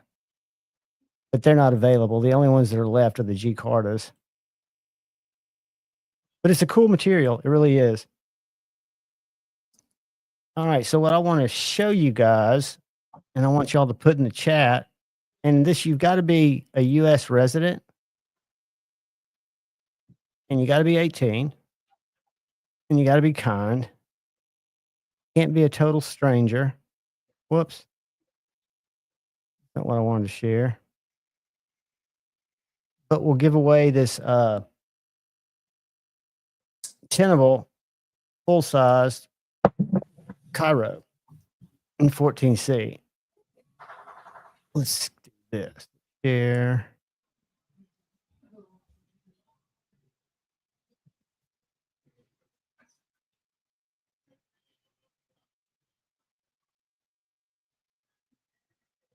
So that is, man, I'm lagging.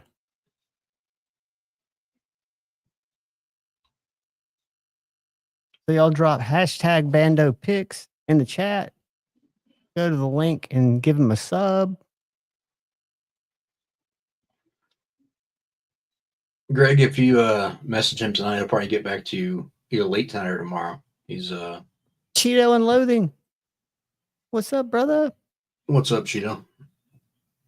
Cheeto, put hashtag capital Bando just like it says there. I can't spell it right. But y'all just all throw those in the chat.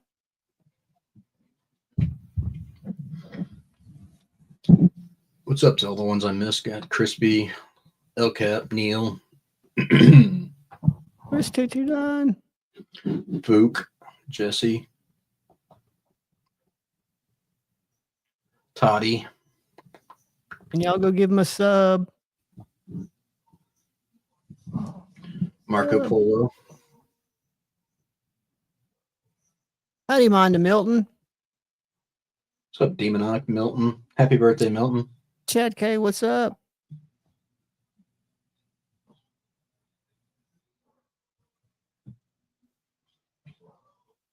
I'll leave that up there for a bit. All you guys throwing in there. Let's see how many we've collected so far. 21. How many are there of us? 40?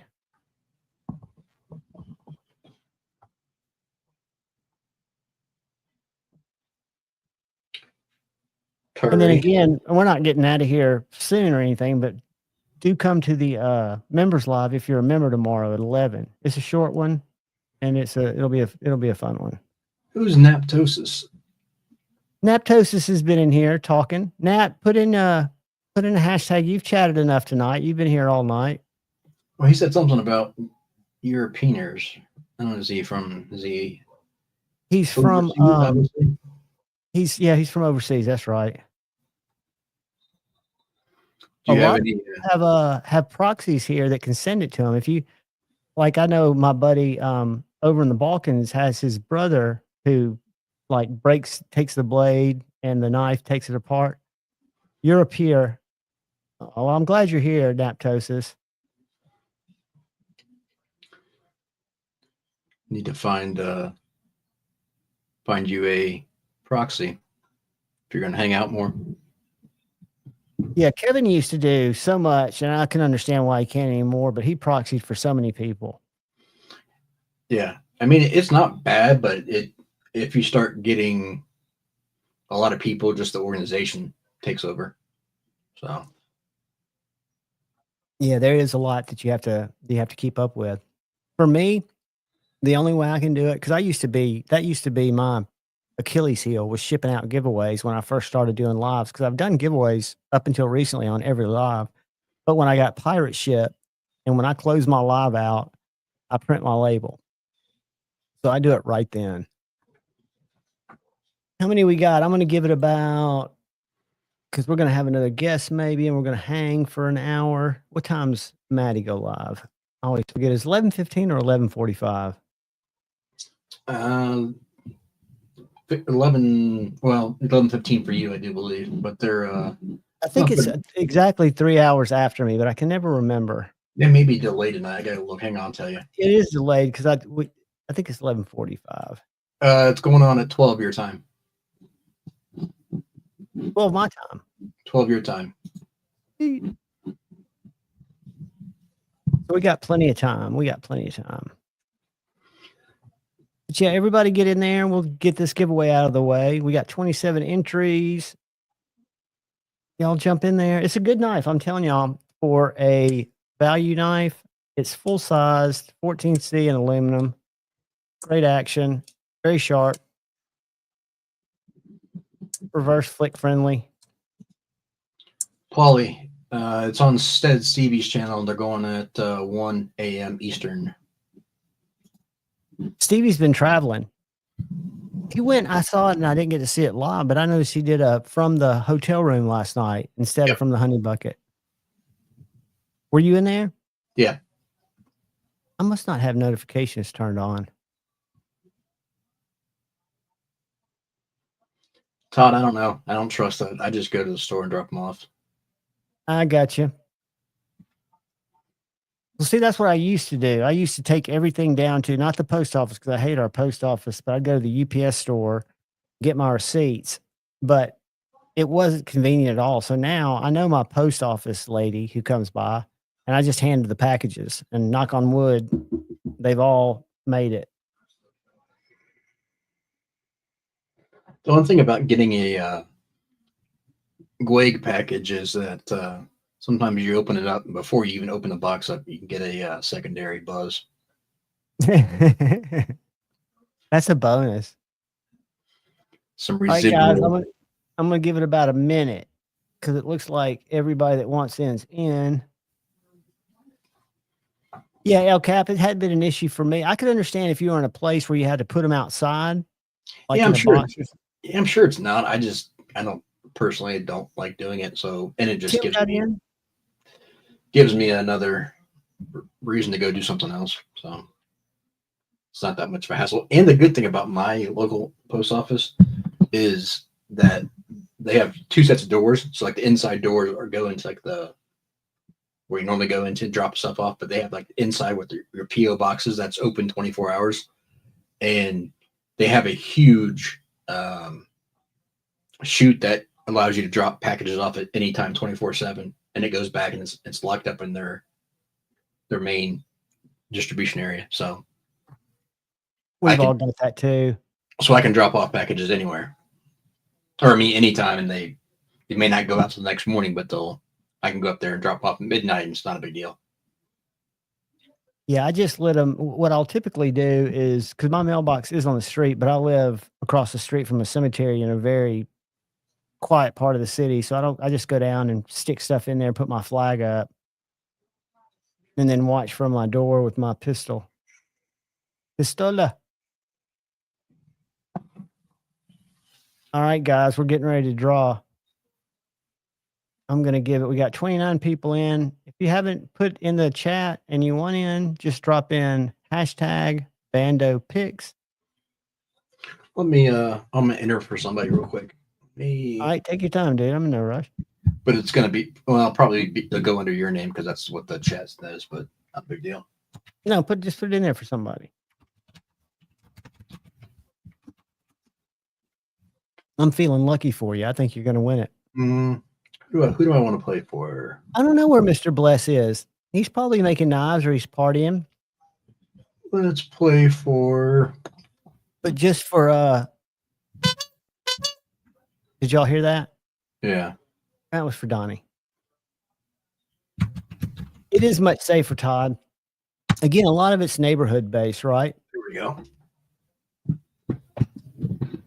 I'm not. Hold on, I got to look at that because I'll tell you, I've been as impressed with Concept's quality where they've come this year as any Concept. Called head. Did you see that little shank they made? Concept. No. I don't really follow much that comes out new. I know. I want to show you this little shank too, though. When I find this thunderhead, let's find it first.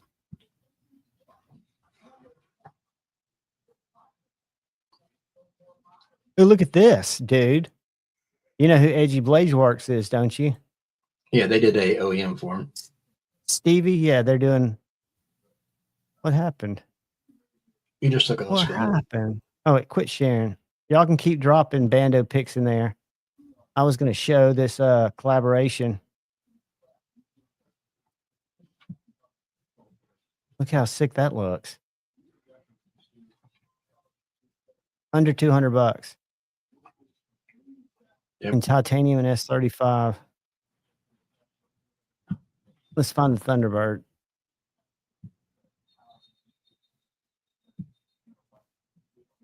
Oh, it's not showing up. Is that what it's called? Which one? The one that Ed, Gas Fast Concept. Oh.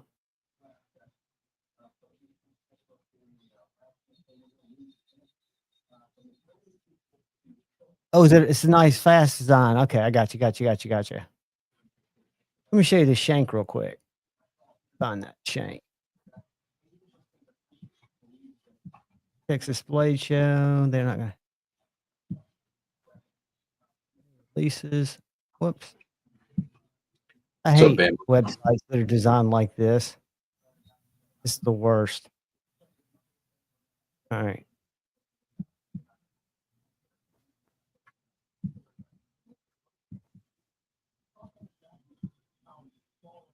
Let me find this little thing. So Tempest is OEMing for Concept now? No, I think Concept OEM'd it is what he meant. I couldn't find it on Concept site, so I'm guessing it's a Tempest knife that Concept OEM'd is my guess. All right, let me type in this. I'm not going to scroll through this. What's the damn thing called? Like,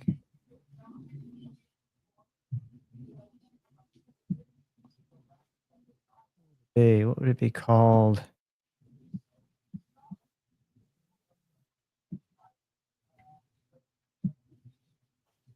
Price low to high is what I want. That's how I'll find it.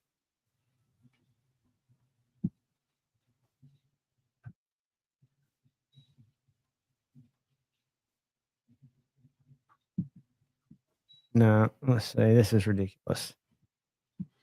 Yeah, I'm that wasting website's time. The website's just rough. There it is, right there. I think that's it. No, maybe it is. It's different. That's not it. But it looks similar to that because you unscrew it. Let me make sure that's not it. No, that's not.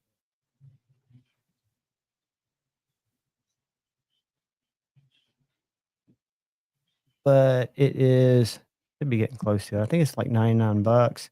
And it looks like a tube that you carry with it. And you take the screw off, and the way that the blade or the spike mounts into the handle are really cool. It's got a bunch of little like nubs. So you can tell it's gonna lock in there perfectly.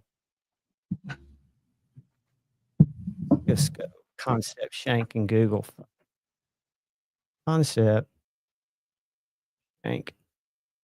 I don't think that's what it's called, but that'll pull it up.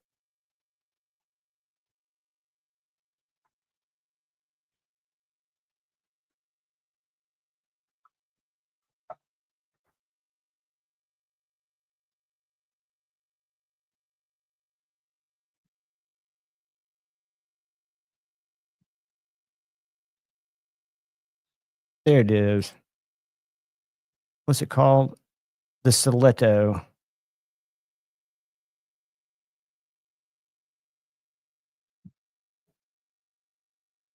Check this out. They're sharing it. Can you see that thing? Yeah, that's strange.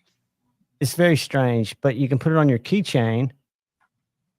Look at the grind on the blade. It's hard to see from here, but yeah. Make it big. Like a triangle. Okay. But what's cool about it is the way it goes together. And I don't see the little, it's got teeth on this end. See those little teeth? Let me make What is it designed to be for? It's designed to stick in the side of somebody's head when they come and try to take your Slurpee. Yeah, It's good a luck. defensive Good luck tool. deploying It's a that. defensive tool you put on your key ring. See those little teeth? They're like 5 of them in there. See those little things popping up? Yeah, but how are you going to deploy that into self-defense situation? That ain't going to happen. You're going to be like seeing them sneaking up on you, or you're going to have some senses. You're going to have some spidey senses. It's not a quick deployment thing. That's for sure. It's going to get you killed in the streets. I would think it would be better than nothing, right? Well, again, I hope I never, ever, ever, and I can almost say that I'd never, ever, ever have to use a knife for self-defense. I think that would be brutal to get into a knife fight. I'm just going to dispense freedom pills. All right. Here's the StreamYard giveaway, guys. We got 31 in there. I'm going to count down from 10, and then whoops, why did it quit sharing? What? It's on there. I'm getting my screen's doing weird shit. Is it still on there? No, one way now. My screen, I think it's this app I'm using. I might have to kill my other screen. Hold on.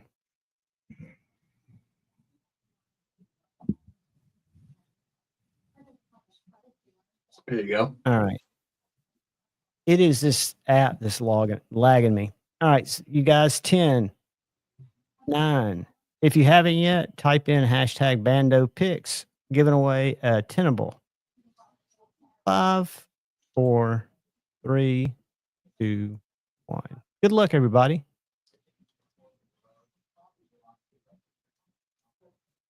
Who will it be now? Dwayne, the man. Dwayne, I hope you're still in here. Congratulations, buddy. Email me. I had my email up there. Let me put it back up. I think I've probably got Dwayne's address, but just in case, email me anyway. Good bonds. I thought I was so smart when I changed this email to match the channel. I was an idiot. Takes too long to type. Boom. Dwayne, thank you, buddy. Just shoot me an email when you get a chance. I'll get it boxed up tonight.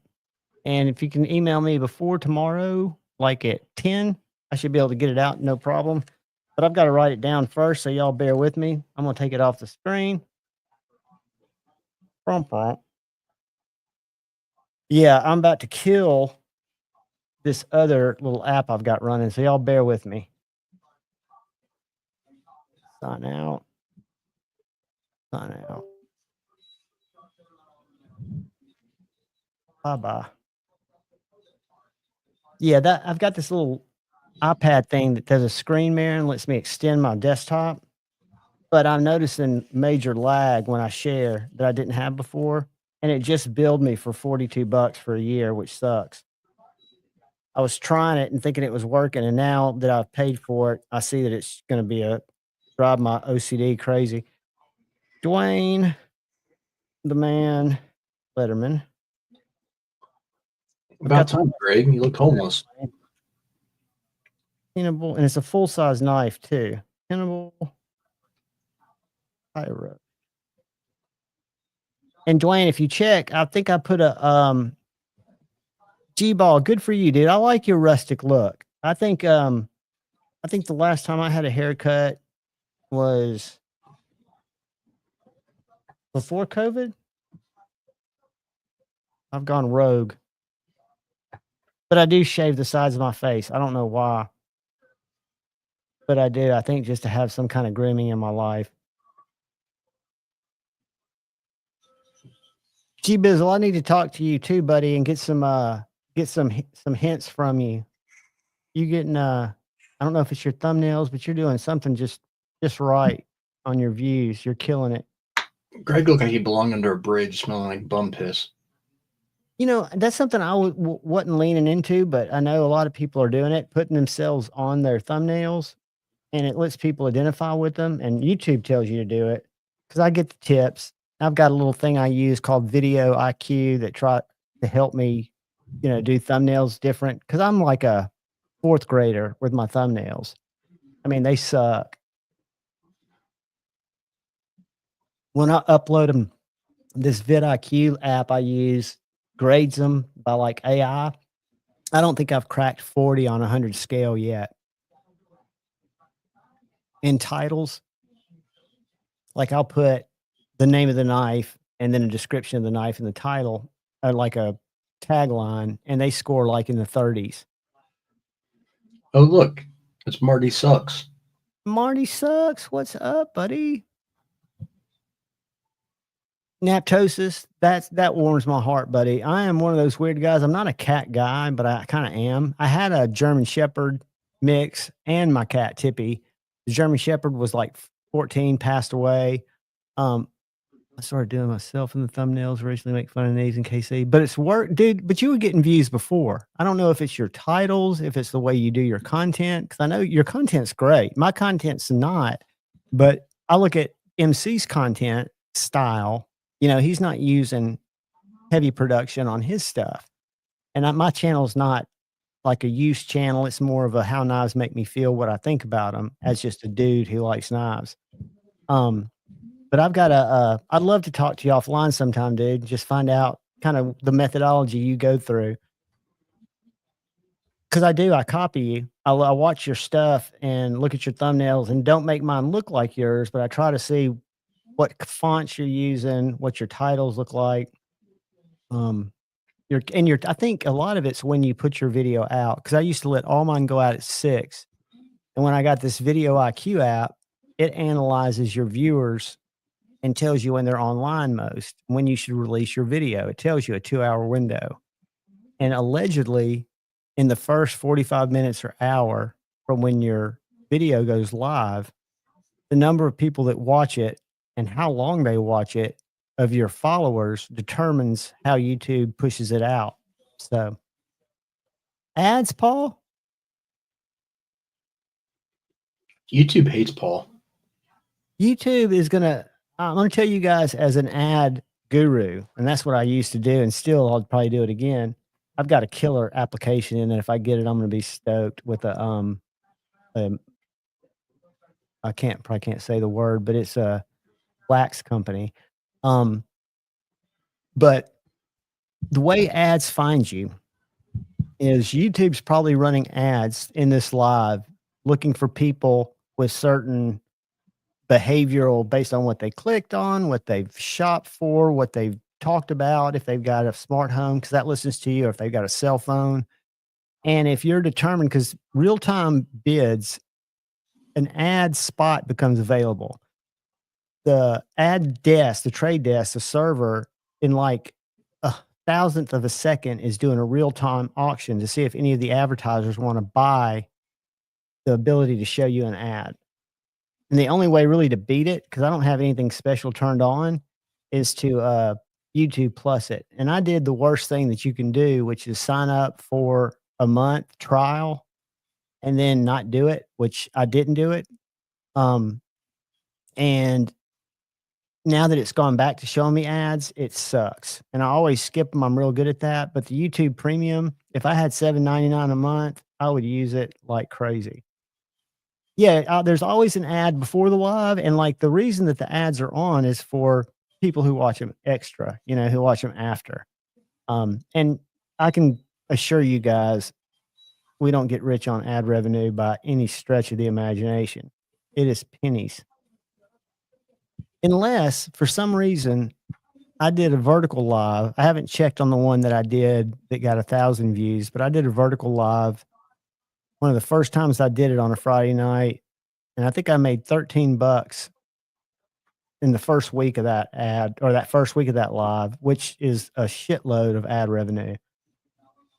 I've learned to skip them, Crispy. I don't have Amazon or YouTube Plus, and I'm just a skip on my finger. But I do hate, because I watch a lot of lives in other sectors of, I guess you'd call it, debauchery entertainment, and I hate skipping them in a live because you're missing part of the live.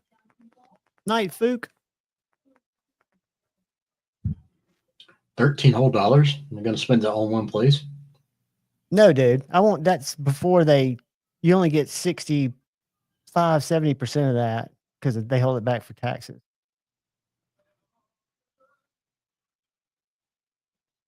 Yeah, Tim, I do know that. That's why you get so many views. But what I don't understand is how, because the ad revenue is calculated by watch hours.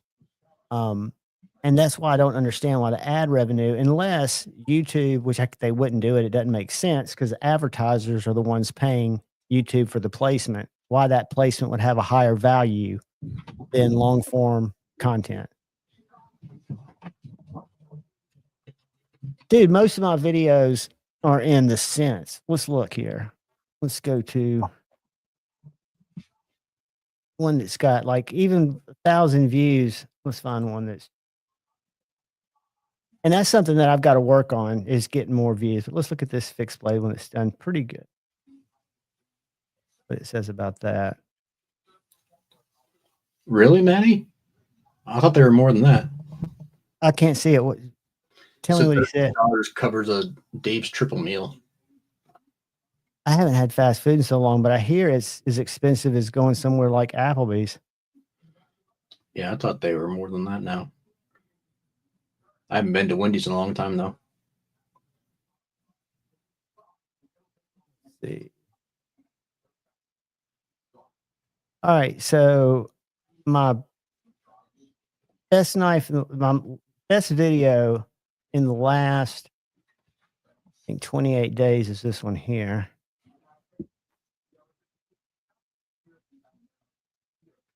And it has gotten me In the last 48 hours, 444 views, but it's at 1.9K views, 175 watch hours, 9 subscribers, $11.28, which is good. I mean, the subscribers, but where I get my subscribers is if you go to shorts. How do you do that? Shorts. No, not ads. So you don't make much ad revenue.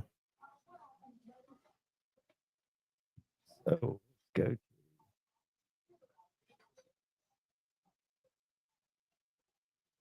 What's interesting about these are the subscribers. So I made 118, but I got 19 subscribers off that short. So I go to that short, the next one, I picked up 11 subscribers. So hopefully at some point they watch long form content. I don't know if they will, but it's interesting that I get so many subscribers from shorts, 19 subscribers off that one. Marco, did it stick to you?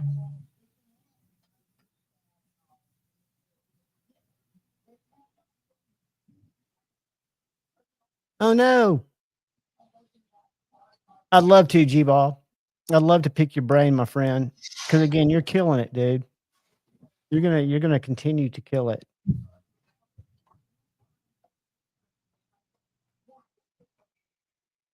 And that's another thing I need to get better at is making relationships with companies.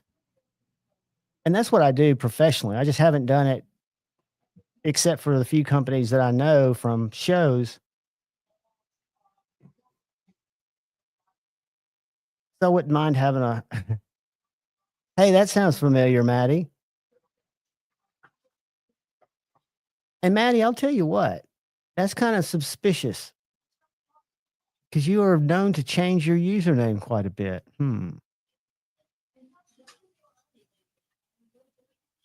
That's a great deal. I know any DoorDash in the States, $30.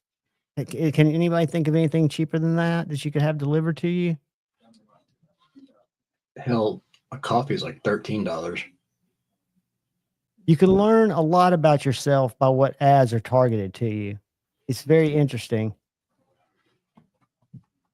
You know I'm kidding, Maddie. Your credibility is strong with me. It's like the Force. Morgan and Morgan ad. Yes, I skip it, dude. If it 5 seconds. And I used to tell clients, because I used to run campaigns where people wanted to do online video, because it's not just YouTube. If you go to any news site, sports site, you watch a video on their site, you're going to get it served with an ad. Well, the advertiser, the person buying them, has a choice to make them non-skippable. I know y'all have bumped into them. You come to a video, usually on a news site, where you can't skip it. YouTube doesn't let you do unskippable.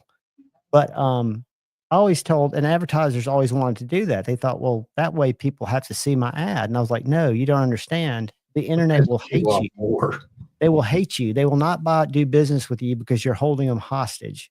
The best thing to do is have your value statement or something that sets you apart in the first 5 seconds. Ideally, make it kind of mirror the content of the person that you want to see. Hey, buddy, I got divorced and started dating, got sober, got divorced, got sober, started having my first relationship without any alcohol, my first sober relationship ever. And dude, it would not work, and had to go the Cialis route, and then realized that Cialis was like $75 for each enjoyment session. I was like, well, that's kind of high. Not that it wasn't worth it, but luckily I was in AA at the time, and my sponsor notified me about, and there's several companies like this, but Google online Indian pharmacies, and you can even put in Indian enhancement pharmacies. And there's several. Go off the rails. Huh? So this is going to go off the rails. No, I mean, I'm just telling you, I've still got some in my closet. I was buying these for like $2, and they work great, dude. I feel like a 16-year-old. Is their tagline, "They could come again"? They come from, they don't look the same. They, pun intended. let's go Indian erectile. I don't care. Function pharmacy.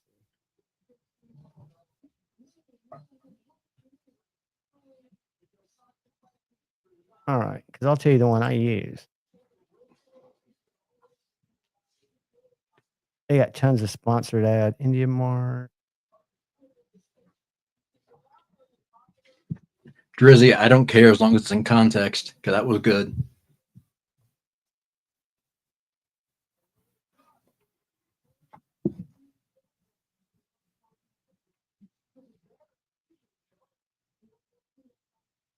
Not it.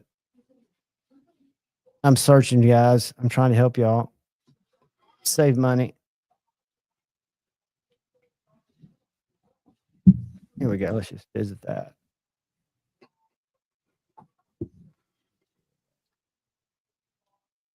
Save money. Let's get it to. I don't want that. I want to find. See, that's sildenafil citrate, which is that's Viagra. This is what I get. I've got that same brand right there. That's exactly what I got. El Cap, I agree. This stuff, let me tell you the difference. This is Cialis. This is a generic for Cialis. Whoops, what the hell happened? No, I'm not logging in. All right. I'm leaving you. So Cialis is different. You can take it like at 5 o'clock and it'll still work in 6 hours, 7 hours. These you've got to take and then they kick in. How do I make it switch over to US pricing? I don't know, but I'm not sure whatever we're here. I mean, they're what I'm telling y'all is you can get not just these medicines, you can get all kinds of stuff that you can get on other pharmacies and generics, but they're so much less expensive. And they ship in about 2 weeks in a non-discrete deal. Because if you buy them, even if you've got insurance, if you've got a prescription and you do take that stuff, it's very expensive.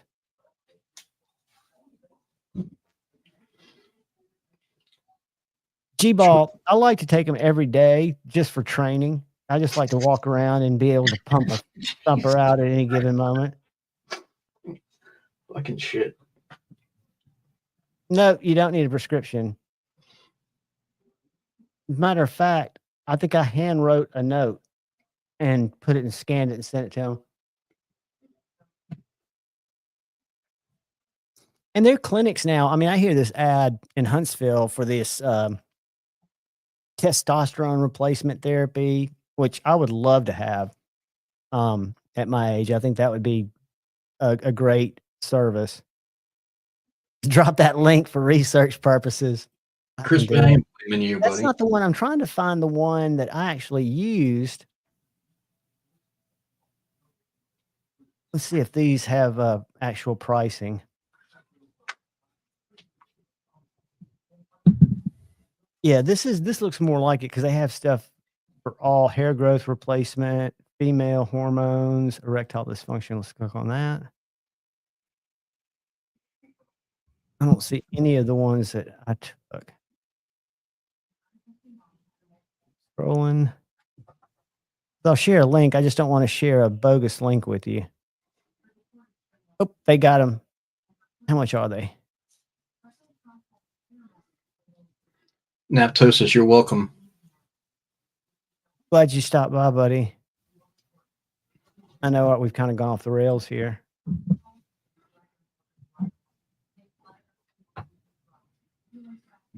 I'll tell you what I'm going to do. Marty, don't you work with kids? So you're working hard. Well, see, that's the good thing about the Talafil is it's only there if you need it. So what I'm going to do is I'm going to go. I know I've got it hidden somewhere here in my phone. Go, yeah.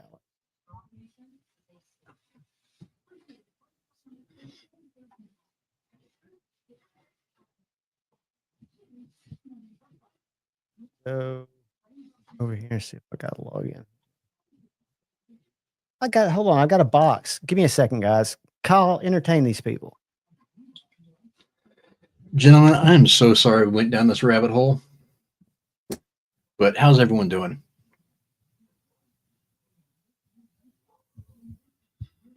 This was not my game plan for the evening, but hey, here we are.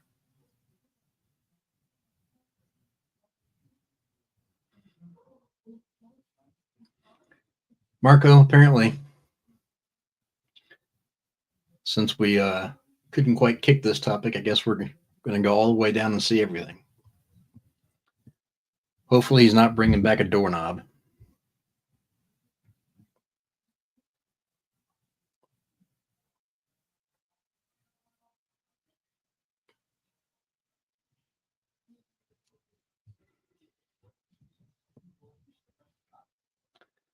Yoko, can't say that I have.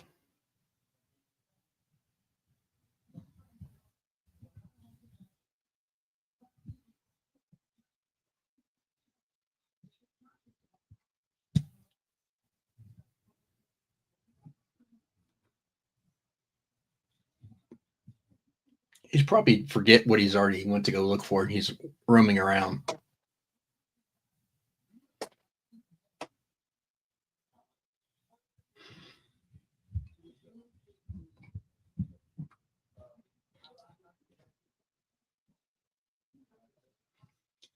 What's he doing with his back to us?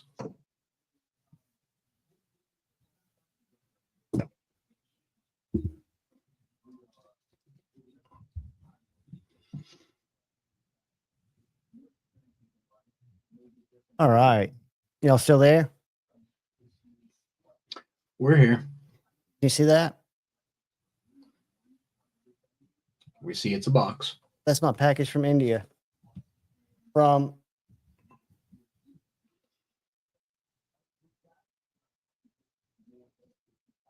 Yang Air Freight Center.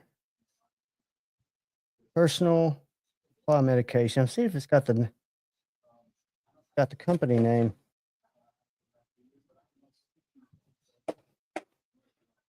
Napto says he doesn't Oh, care. check those out. I've got 3 little packs of 4 left in there. And then this is the same.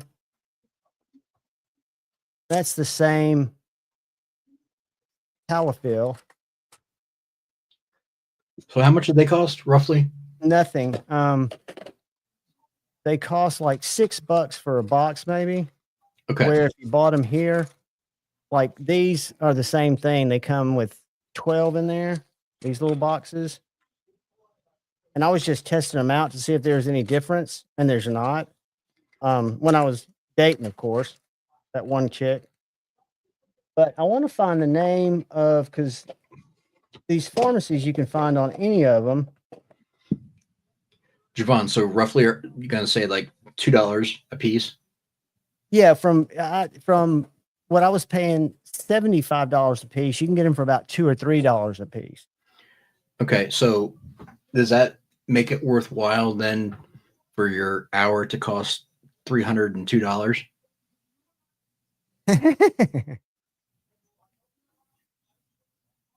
Dude, it was what? It came from Singapore. Burn sample. Yeah, very nonchalant packing. So much that I can't find the name of the. Got it on my phone. But yeah, they're all out there, and I would think any of them are legit. I can't find one that'll give me a price because I want to be able to tell y'all what. Let me put in that name. Hold on a second. I'm gonna go Talfil. Drew, your wife doesn't need to know because that'll just end up with more problems. This stuff right here, there's like 4 that come in it, and I've got probably these little things scattered through my DOP kits. But you take one of these before you go out, and it can be 6 hours later, and it won't be like you're walking around, bumping into shit. But when you're ready, it's just like this stuff works great. So it's called Tadasip 20. Sip 20. Enter. Here we go. Now we're cooking with grease.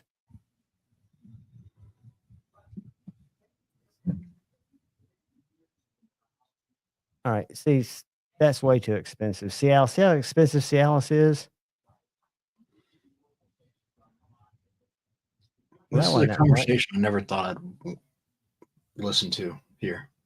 And I don't want to go with sponsored ad. Anytime you see this on your search results, these are ads. These are organic. I'll look at organic. Is that pill organic? Well, the listing's organic. I want an American price, though. Never allow. I don't want you fucking tracking me.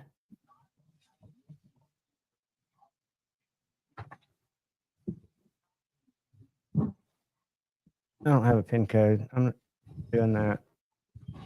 I just want a price. I want a price in American dollars. I think each time I would order a big box, it would be about $100. All right, so here's 454. And all right, that's what I was just showing you. That's probably my favorite. You have favorites? Are you kidding me? No, dude, I'm telling you, I just showed you 3 of the same. I like this. This Tadafil is the generic of Cialis. I like Cialis better than Viagra, but I tried all of those. I didn't know there were reviews for them. Say what? I didn't know you could review them. Oh, dude, by trying them out, absolutely. All right, so it shows you if you get 48 of them, which I'd always get a big box, they're $4.54 per tablet, as opposed to about $44.50. What the fuck has my life come to? Hey, it's good information. I'm gonna drop that link. That's probably some not good thing.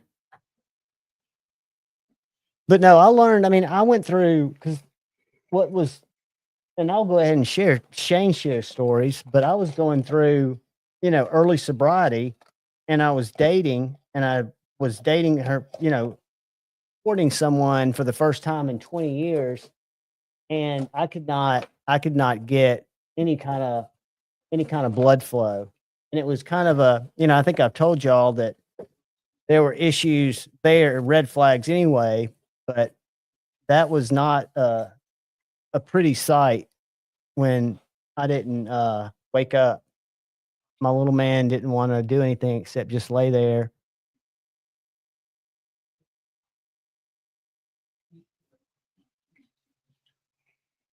That's a gift, dude.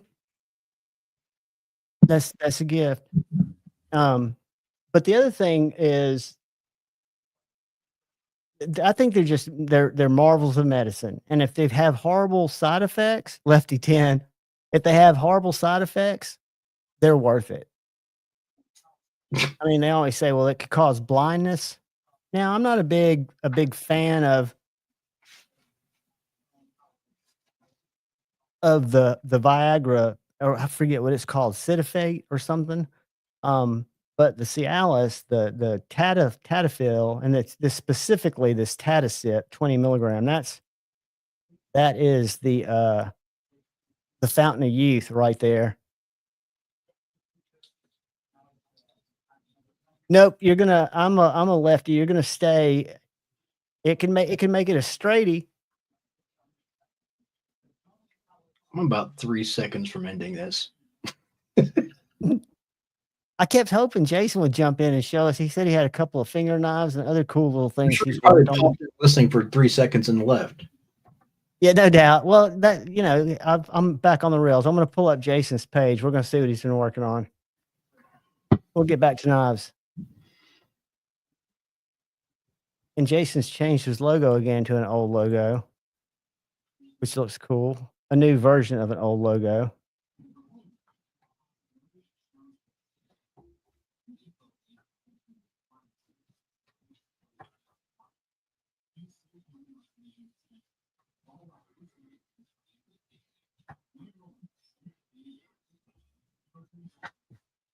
What's that, a Kirdashi? Is that what that's called?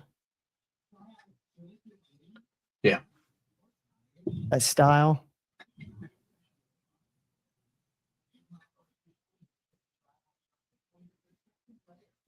Those are ground on all sides, aren't they? Looks like it. Can't see No, from like those somebody little stabbers. He's getting them water jetted, I think.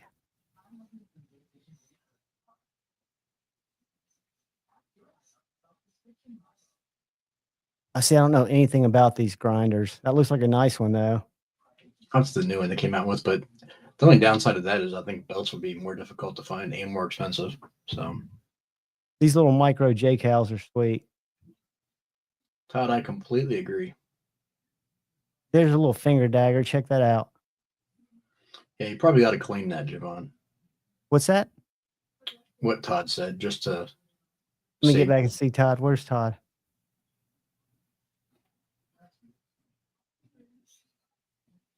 I missed it. See, when I'm over there scrolling, I'm not looking at shit. Just fair warning that none of that was medical advice.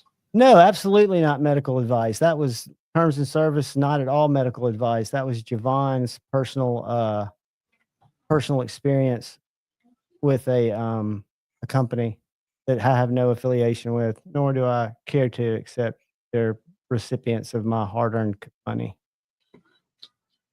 Hard-earned money? Well, hard-earned. It's hard to earn right now, put it that way. Not as much with those pills, though. No, because you're saving money, right? I was saving money. And again, they're Yeah, that's it.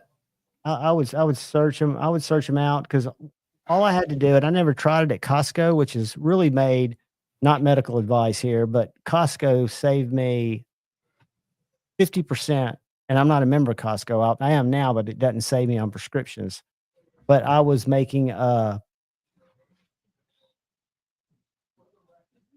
have to take, I think it's 5 meds I get a month, psychiatric meds. And I was paying about $145 at Walgreens, where they've been my pharmacist forever. And then I talked to my psychiatrist and told her, a couple of these meds were just knocking me down. And she said, "Have you ever tried Costco?" I was like, "No." And she said, "You got to try Costco." So I did. And I found out I didn't have a membership. And that same meds, because I was getting generic half the time, depending on how the insurance would look at it. Then I got to the point where I didn't have insurance, which it really didn't affect the price. So I was surprised when I went to Costco, it was $58 for the same medication, almost half less, which tells me that they've got some flexibility there in how they price their stuff. No, yeah. I saw the funniest thing. I wish I could find it. It was on Instagram. No, I'll tell you where it was. It was on X. I was just scrolling X for the craziness because X shows some wild stuff. But it was this guy, he was live streaming and he was a drug dealer, I guess. And he had this huge bag of marijuana and he's showing it on camera and he's talking about it, yada, yada, yada. And about 3 minutes into his live stream, you hear boom, boom, boom on the door. And about that time, the door flies open. The dude gets raided on live stream. Nice. And then it's just hilarious, man, because the police come in there and put the light on his camera because his phone's set up on a tripod. So his audience of however many, probably 2 or 3, is looking at down the barrel of some kind of assault weapon with a real bright light on it. So none of the guys with masks can be identified. They're like, "Get on the ground." It's priceless. I wish I could find it. I'd share it. But let's go back to and that's great advice, Todd. Terms and service. Let's go back and share this. Sorry, I was typing out something. You say you're packing up something? I was typing something. Oh, typing. I had to reply. But Jason makes really cool knives. Different knives. I mean, I call them art knives because to me, none of them look like anything. See, and he used to not be able to do a good job with sheaths. Look at that sheath. And you can see where his retention point is on his plunge. Yeah. Let me show you one of Jason's sheaths. This is an early. You see that, Kyle? Yeah. Tell Shane not to feel bad. and most of my early J cows didn't come with a sheath. But that one looked pretty good. And he's starting to use the bigger eyelets. That's the biggest thing that I tell anybody. And I forget, when you get like a Tucson or something like that, they use the small rivets or eyelets, whatever you call those. Yeah. And that really limits you to what you can mount it to. You can get smaller Chicago screws for them. Yeah. There's a little ring knife.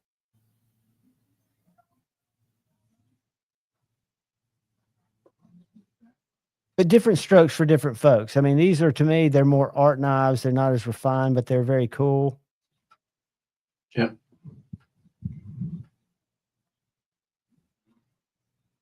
He made a chef knife. What do you think about the look of that? I don't know anything about chef knives. I'm not a fan of the shadow box handles, but it looks all right shape wise. That's kind of the coffin shape's kind of his thing. Look at that little guy.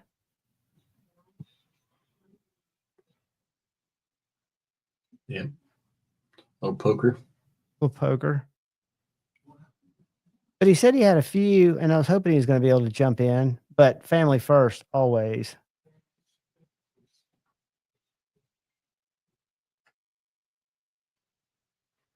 But if y'all aren't following Brass Brigade, Jason Grant, what's funny is he's so underfollowed here. If you go to his tattoo page, he's got over 10,000 followers there. Have I shown y'all that? Have y'all seen that? Yeah. Unless you're asking me, but I don't know what I think about those. I've never been, I like my line steel flip joints. I had a line steel fixed blade. I traded it to Shane, but those look kind of cute, but I don't know. too small, in my opinion. But Let me show you something I saw today that I found very exciting. If you're a TRM fan, you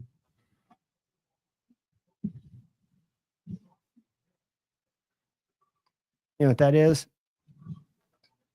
nope. Frame lock neutron. You know, all TRM's knives are either liner locks or they got a couple with their river lock, which is a bar style lock. I thought they were all that way. That's why No, I haven't no, really messed with them. they've never done frame locks. This is what they're liners. I thought they were all bar locks mainly. No. I They only didn't have see that one. 2 bar locks. That's Rob's Nerdy Knives. They're great, man. They're the nicest people too. I think I've only had 2 of them come through. That's the new Bulldog, which is one of their river locks.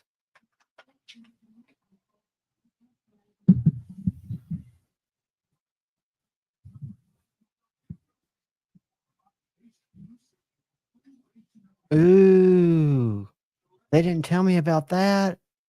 The little guy. Dude. You know, I talked, and they're a company that's been nothing but supportive to me. They sent me this to check out, but I talked to them about, I would love it to see y'all do a smaller fixed blade, you know, because this is a good camp knife, but for an EDC knife, that's pretty big, right? But the handle is fantastic. I don't know if you can see where it swells out there at the right here. Yeah. It's got a great choil, but it's just too big. And I love that they've got a small one that they're debuting at Blade. What's up, Knife Nut 69, channel member? And yeah, guys, stop by tomorrow because that's going to be what we're going to be getting rid of.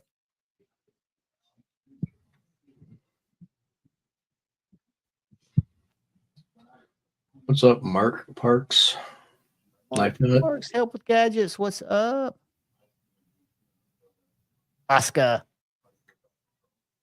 Yeah, I've really enjoyed carrying fixed blades. Again, if I don't leave the house, I'm not necessarily going to throw one in my pocket.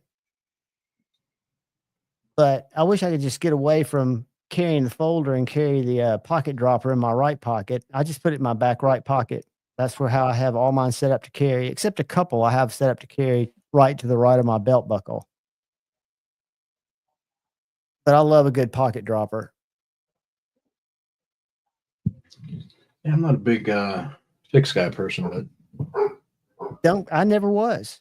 I swore for 3 years I'd never have any interest in a fixed blade. The first fixed blade I bought was an SE3 in stainless, or yeah, S35, just to have a fixed blade because I was getting ready to go to my buddy's cabin.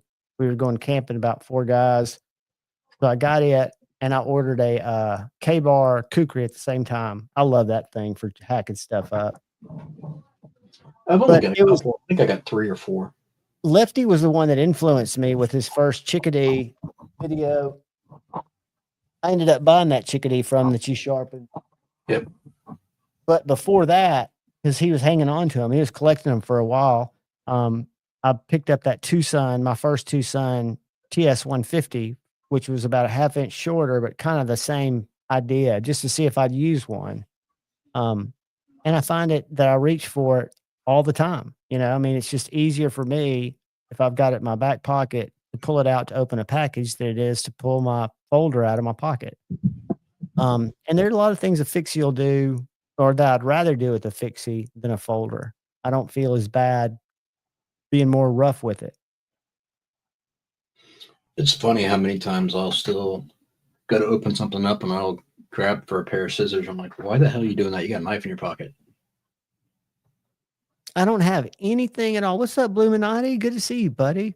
I don't have anything So that I don't use. I have one knife I don't use as much, and that's my Michael Zeba.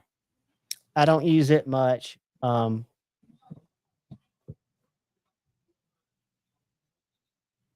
Be shady. I've got. I mean, I was collecting blade steels on chickadees for a while. I've moved on to the Hail Mary. I'm in love with the Hail Mary. Have you seen that, Kyle? Yeah. Yeah, it's a bigger one, right? Yeah, but he makes it in like 3 blade shapes. Yeah. I think his stuff is just, and I don't know if y'all have seen his shop. It is small. Yeah, he used to do he did some videos out of his. It's like a small garage, or it was. Yeah, it's like a little shed. I mean, he's got 3 or 4 tools. He's got a press, can you see that? Yep. That grind work just looks very clean to me. That's the other blade shape, or one of the blade shapes. The handle are the same on all of these. There's a Tonto. Look how clean the front of that is. Yes, it is. His spear point. So those are, I think, 7 inches. And those are Z wear, which somebody told me was close to crew wear. Yeah, it's virtually the same. I don't know how big a knuck is, but I'm guessing that's about 7 inches.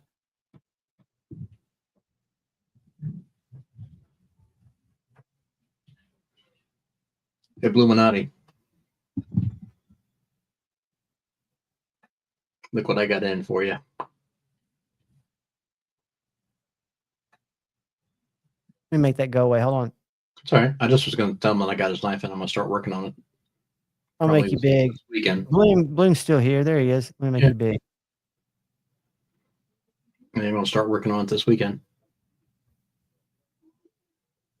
So what else is it going to get? Just the finishing touches, or are you going to do something different to the blade? No, just finishing touches and then sharpening. So Very, very, very cool. That's it for that one.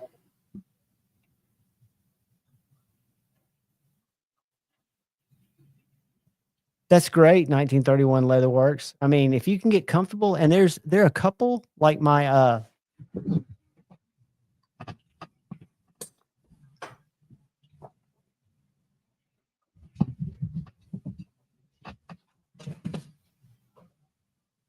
this little guy I can carry vertically with no issues whatsoever. This is my little Bark River Micro Canadian, because it carries up so high that when I sit down, like in my car, it doesn't hit the seat. With a dangler, I guess you can push it out of the way.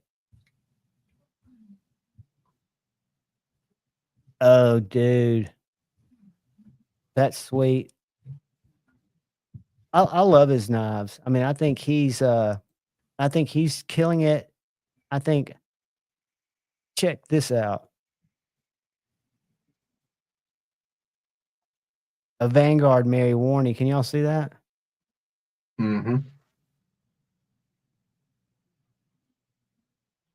I don't know if he made a proto, but that looks like what he's kind of focusing on. Here's a little chick. Apache Dymalux. What's Dymalux? It's a type scale. of it's a type of Scale material. material. Huh? It's just a brand of Oh, it's a brand of material. G10. Yeah, they do. Well, I think they do different types of composites. Oh, this is somebody else's post that he tagged him in. I was about to say it doesn't say what blade steel is. But yeah, I'm a fan of him. I'll tell you who else I just recently discovered.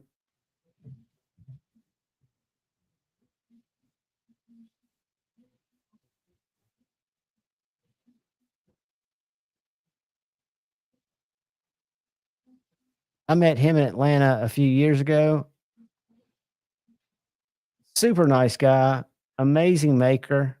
I asked him why he does these scales like this. He does full scales too. He says some people prefer those.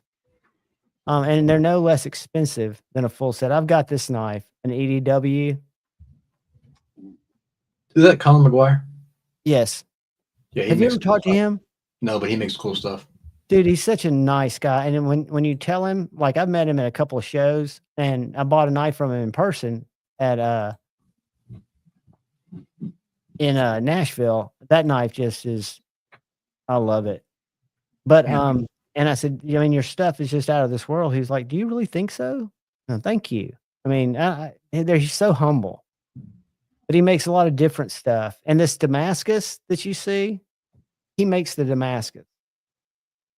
So he's not buying that from Alabama Steel. He's doing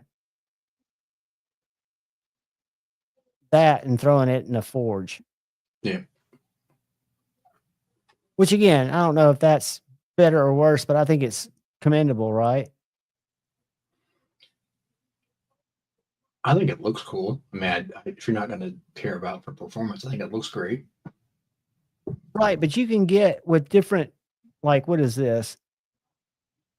It doesn't say what those little chunks are, but I think some he'll say like if you mix different stuff together, it can be stronger. I mean, it probably won't ever be as strong as a powder metallurgy steel, but if you mix the right stuff together, it's going to be stronger, right? Not than a standard bar or ingot, not ingot, but a powder metallurgy steel. But it can be. It's not going to be tough, tougher. right? It's just going to be based off of whatever the core steel is. So you're a lot of times like if they'll do a carbon steel and then something with a little more stainless property, so that way that's how you get the difference in colors from the light to the dark. Your bright is going to be your stainless and your dark is going to be your carbon in that mix. So, but won't the toughness come from the way all that bonds together when you make it? Or am I missing it? Are you not actually like taking different steels and melting them together? Yeah, but you're only going to get the toughness of whatever the toughness of the core steel is. So you're not gaining anything by it. So is there like is there a regular steel under this, and this Damascus just wraps that? Is that what you're saying? It's a mix of two. But yeah, this is a twist of 1084 and 15N20. Right. So your 15N20 is going to be the brighter steel in that, and the 1084 is going to be your core. No, it's just going to be the carbon. So what I'm saying is it's not going to be any tougher when you marry them together than the toughest steel out of those two, which is the 15N20. So, but scientifically, it would have to be less strong than 15N20, right? Wouldn't it? Would the 1084 not have to weaken it? That's what I'm saying. Yeah, you're not gaining anything by blending them together as far as toughness. What about Damasteel? Is that different, or is that just a process or a brand? Damasteel is a brand, but they also do more of cladding from my understanding. So it actually takes a core of a higher end steel, like a magnet cut or a um, different types of steel to get better performance out of it. I got you. But it still is not going to be necessarily better than an individual steel. Same That's as an exact replica of the one I've got. similar to like the copper mine and those things. They look great, but it's not designed to be a crazy performing steel. I like that.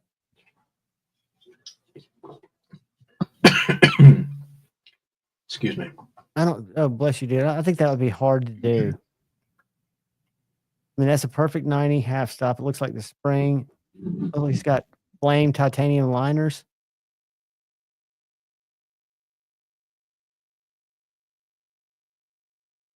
I mean, you talk to this guy and he acts like, "Oh, thanks."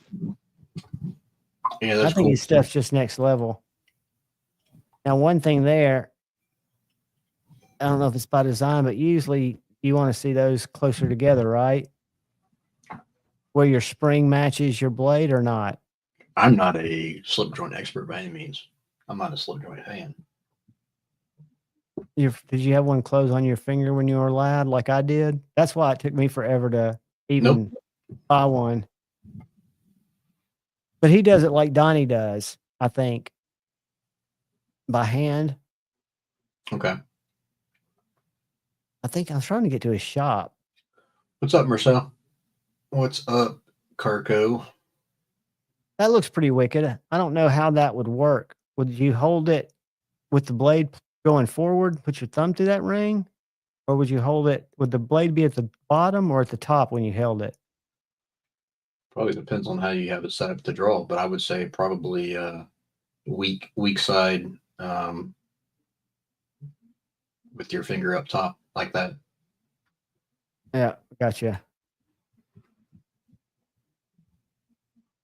Interesting design, but all of his stuff is very original. And then the other one that I'm a big supporter of, I've reviewed one of his folders, but I own two of his fixies. And he definitely does them by hand. So this is Dustin Driver Defense Knives. Yep. Hey, Marcel, hit me up. I've got, I just finished yours up today. Which one did Marceau get?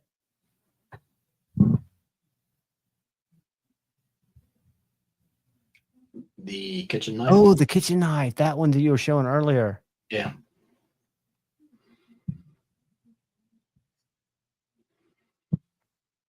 Thank you, Todd. If it wasn't for you, I would not learn anything. Morbid Claws, what's up?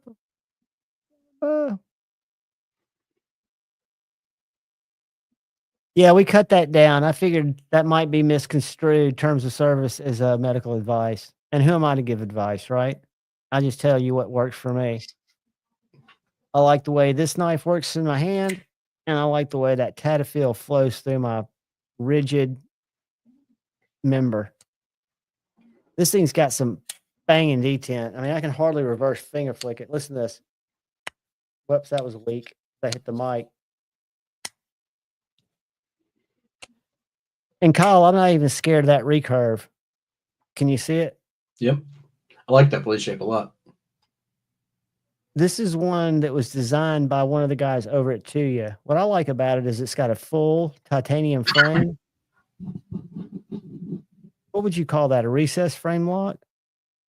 You wouldn't call that a liner lock, would you? The scales are solid. Right. I mean, you could call it a subframe lock. You could call it a lot of different things, but it's got those cuts right there. See? Right. I mean, it's designed to be a frame, but then that's what I'm saying. You call it subframe lock because it's got a liner over top. But I thought that was designed by an external designer. I thought that was based off of a custom knife. Hold on, let me pull that one up. It is designed by Kevin Fu of Tuya Knife. I That particular one. Now the others, some of those were Jim Skelton's that I've got over there. Let me pull No, up. I know those. I was thinking that was another custom maker, but I thought that was a Yeah, we were collab. looking at that one earlier. That's doing the edgy blades. Yeah, I know, but I'm just saying. I thought that wolf was for some reason, I thought that was based off of the custom knife, but Some of them. He designed this one. I guess. Shocker. This is Steve from SD Knives. Have you ever heard of SD Knives? Yep. SDK This is one that was a collaboration with him. makes good knives. Kind of a weird dude, questionable from what I I hear. don't know the dude, but I love this knife. This knife right here.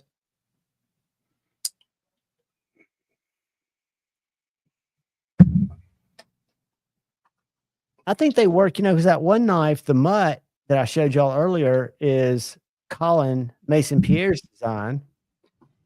Yeah. I don't know if you've seen that one. I had it. Marco Scammell won that. And I don't know who did the Wraith, but I like this knife. I think looks cool. I never talked to him, but I hear Dave's a good guy. Dave's a very good guy. I've met him. I met him before I got my first to you. He's a very nice guy. Humble, just kind of a I don't know if he's from the Midwest. I don't want to say a Midwestern kind of guy, but just a very nice. This one's designed by Dave. Yeah, I know he had some of his own. Yeah, that's his. Okay. I've not reviewed one, but I've handled one at Blade Show. This is a cool knife. I don't know if who designed it, but this is an integral. And it's 3D. I don't know if you can see how the handle swells out. Mm-hmm. But that's a clean knife, and it's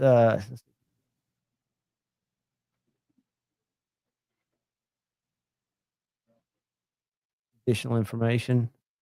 It doesn't say. Usually they say, but Skelton, he's done some stuff with, but the one that Colin did with him, and I'm curious about this one, but the one that Colin Mason Pierre did is the mutt. Was that the lockback? No, this one, the logback he did with Artisan Cutlery. Okay. This one is a frame lock with a really neat flipper tab, kind of a low profile flipper. Gotcha. It's got a little shield on it. They're on sale for $169. It's a what do you call that? Bolster? That's a bow, but yeah. Are you talking about the shield area? No, the way the lock is. I would have called it a frame lock, but that's different than what we were looking at on the Wolf. Yeah, that's a bolster lock. Yeah. And then you can see a CM maker's mark there on the flipper. But Skelton, I don't know who. Let's see who did the I don't know who did this one, but I think the Voodoo's pretty cool. Voodoo is Freeman customized, David Freeman. Look at you. You know what I'm nervous about is how big that blade hole is. It looks like that'd be a hot dog down the hallway, right, waiting to happen. Yeah. If the blade hole's too big for me and my finger will slip through it, I will cut myself in a bad way. But that's a beautiful looking knife. So David Freeman, is he on IG? Yep. I'm sure I'm boring the shit out of the audience. I apologize, guys. And this is a David Freeman custom. That's the Rook. Hold on, hold it up because I'm not looking. I need to see that. David Freeman. Is it David Freeman 3? I think it's just David Freeman Customs or Freeman Custom Knives, one of the two.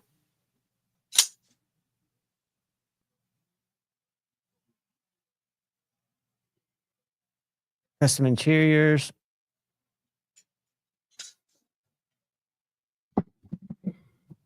Let me pull it up. Let me see your knife. I'm gonna stop sharing because I feel disconnected when I do that bullshit. Let me grab it again. Hang on. Ross has a weird story about David Freeman. Yes, he does. There's some interesting stories about him. Has that been modded or did that come with the hole? Came with it. Dude, that's pretty. Yeah, it's a good knife. How'd you find out about him and acquire one of his knives? Did you acquire the knife and find out about him, or did you find out about him and seek out the knife? No, I found out about him, or I got the knife because I found out about him through another guy. I traded somebody for it, another community member. So I'm gonna go David Freeman knives. David Freeman. Instagram, their search is so terrible. yes, it is. David Freeman's not. No, if you find what it is, let me know. Paul's asking what that was called. That's called the Rook. The David Freeman custom Rook. And I'll try to find him on Instagram if Kyle can get his memory up. My memory. I'm trying to find his though. You're probably following him though, so if you type in letters, it might pull up. Let's see what let's do a count of sand check. I hadn't done that. Yeah, there you go. Hold on. I'll just share it real quick. I won't be able to click on it. What's it called? I'll send in the Private? yeah, give me 1 second. Awesome. Trade me, Kyle. I like it, Paul says. No. That one's probably not going anywhere, Paul. Sorry. It is a complete waste of time, Mayor Salt. I mean, I don't get it. Because it seems like All right, for there me, you go. It's in private chat. who's in the other side of search, that it would be easy to make a good search engine if you weren't trying to affect what people see when they search. Why can't I get to private? There it is. Whoops. Click. Oh no. I What? thought I just kicked myself out, but I didn't. All right, let me share this. That back up there. There. Let's go present.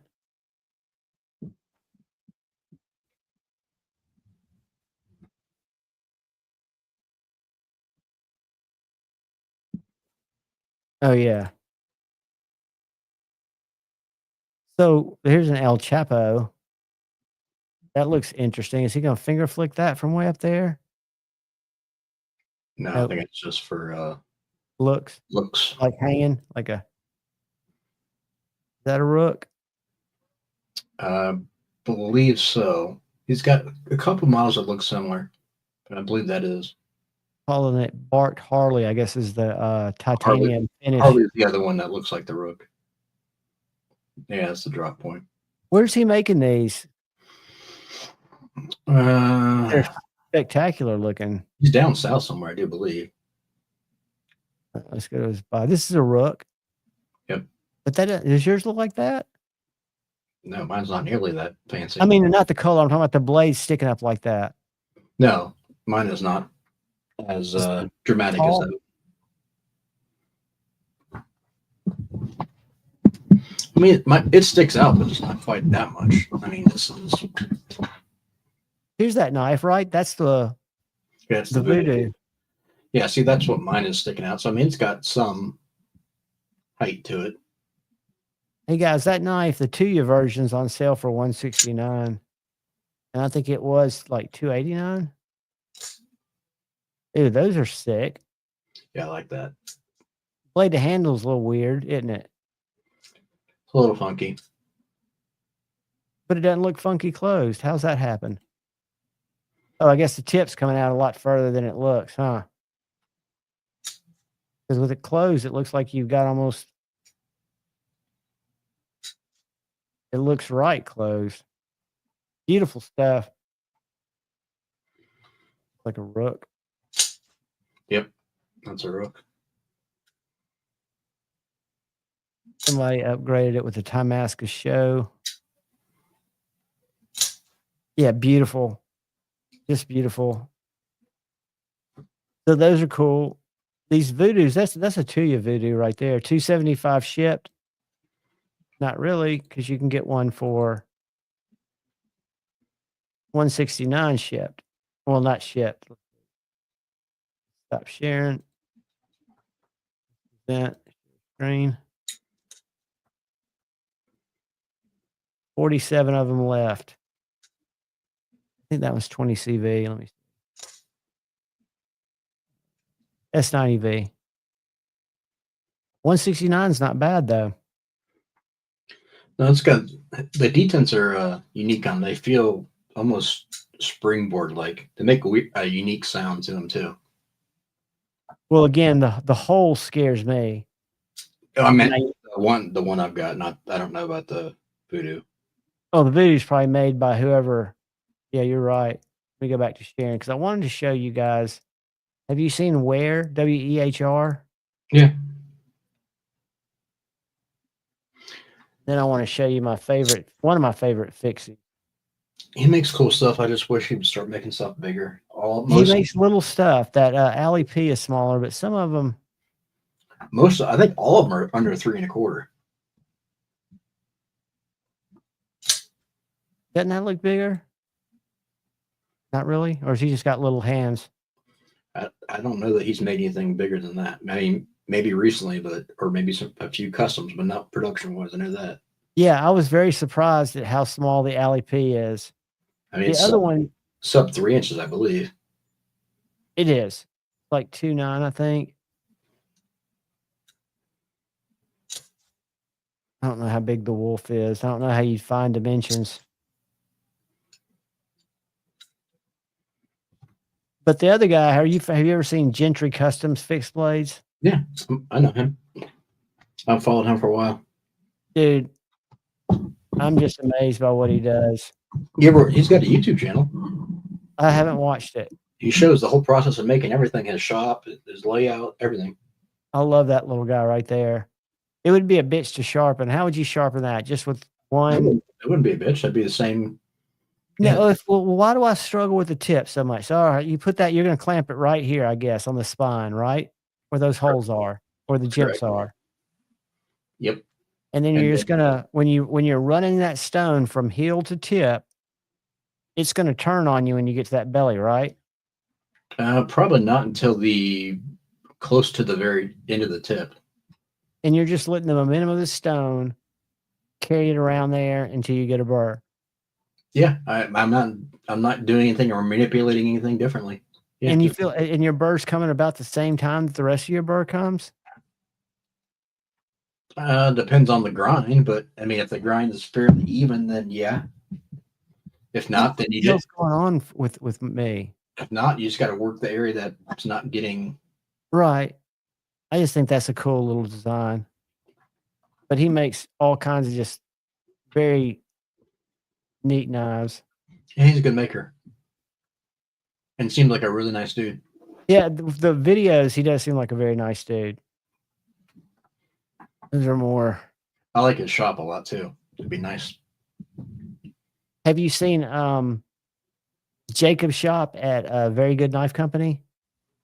No, not like he does lives all the time, and it's very nice too. But yeah, this looks much more like a shop than Jacob creates. Well, yeah, Gentry actually built his entire shop, and he went through the process of showing how he built it because he got a piece of property where they're building the helm on, and was building the shop out there, running the power and doing the whole work, showing it. But he's got a nice setup. He's got multiple grinders, multiple buffers,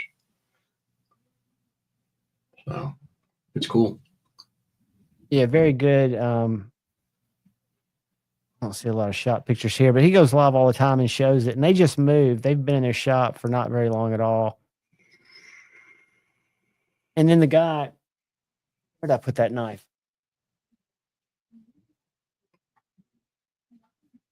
Ash from Mud Dog Forge, who made this knife right here. He makes the knives in his garage. He's got a single car garage that he makes knives in. And in his living room, he makes sheaths. Yep.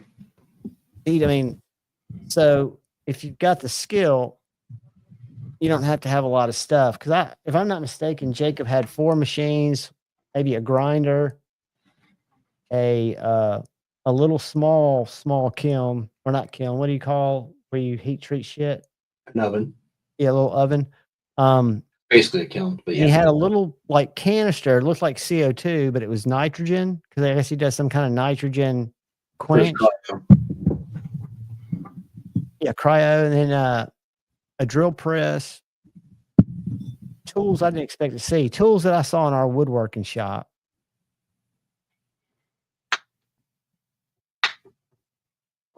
Well, that's what you do with a lot of the finishing work and handwork is similar tools. You're just using different belts, different consumables to Yeah, make and the transition from wood to metal. Or you can use a router bit and run the flush trim bit and run the bearing on the steel, and then it'll trim off the excess scale material around the tang.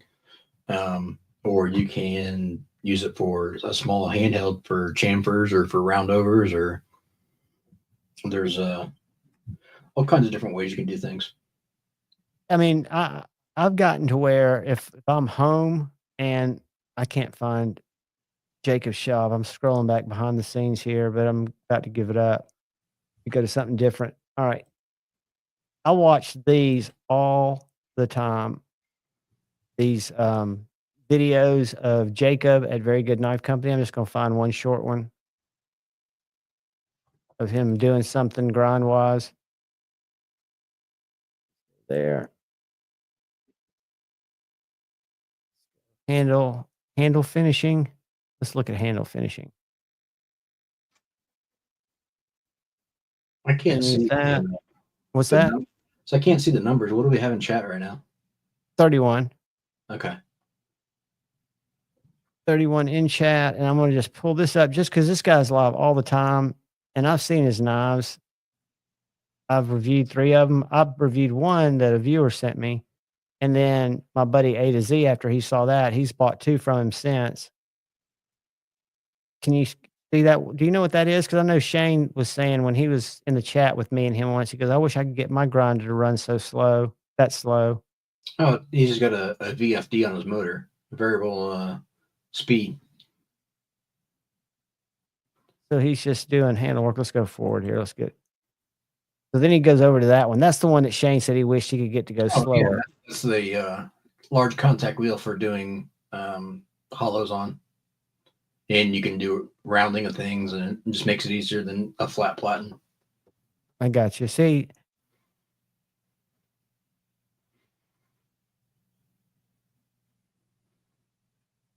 get up here. He's doing that whole table of them. Let me go back and because when he was doing the one I wanted Shane to look at was his sheaths. He was showing how he handle fitting, live blade grinding. Let's see what live blade grinding's like. Is he using the same tool, just a different belt? He is. Yeah, I mean, so that's like you said. That's what he uses for hollow grinds. Yeah, because the larger the wheel, the obviously the bigger the radius, and you can actually put in a taller hollow grind. The smaller the wheel, the hollow grind becomes shallower. His hollow grinds look as nice as any, and he bevels right down here. I mean, the work he does is, and I don't see. Don't you usually have a template when you do that, or do you do it by hand? I know Jason does it by eye, but his are not as. It depends on how many you've done and what you're comfortable with, but yeah. Because he's got some sweeping ones. Let's get to the end of this one, and you'll see that it's with practice you can do them like that. Much taller at the top. That's not the right nut.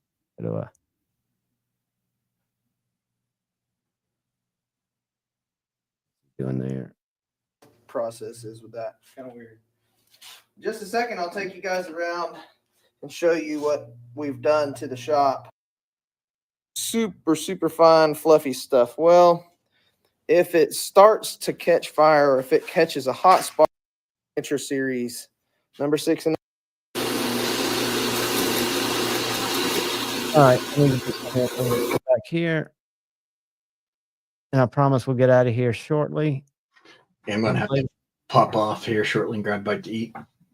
Somebody was asking me how he tests his 80 CRV. So he does these rust tests and stuff. What's up, everybody? Taking some off on the side so I can bring that grind. Wait a minute. But he had a bag that he was showing on one of his live grinds, and he's got stuff written all over them. These are my favorites. These are the Tradition Junior. Just look at the grind on this knife. Hey, what's up? Give me the knife, Jacob. There it is. Look how there's like full hollow at the top, and then what's it doing? I think it's trying to serve me an ad. All right. Mine's got copper pins, but Well, the whole key to this blade is I wanted a Tradition, but a pocket dropper. So I'll show you the. I love that knife. Anyway, I won't bore y'all with that. I thought there was some the sheath tricks are very good. Because Shane was enjoying watching some of those, but he moving. Heat this one small section up, very little at a time. Sometimes it takes a little bit. I haven't done that on mine yet, but you can evidently go in and heat up your Kydex if it's loose. Like I've got one knife that's kind of loose, and you can tighten it down. But the one that's loose that rattles is still real hard to get out of the sheath, so I don't think I'm going to mess with it.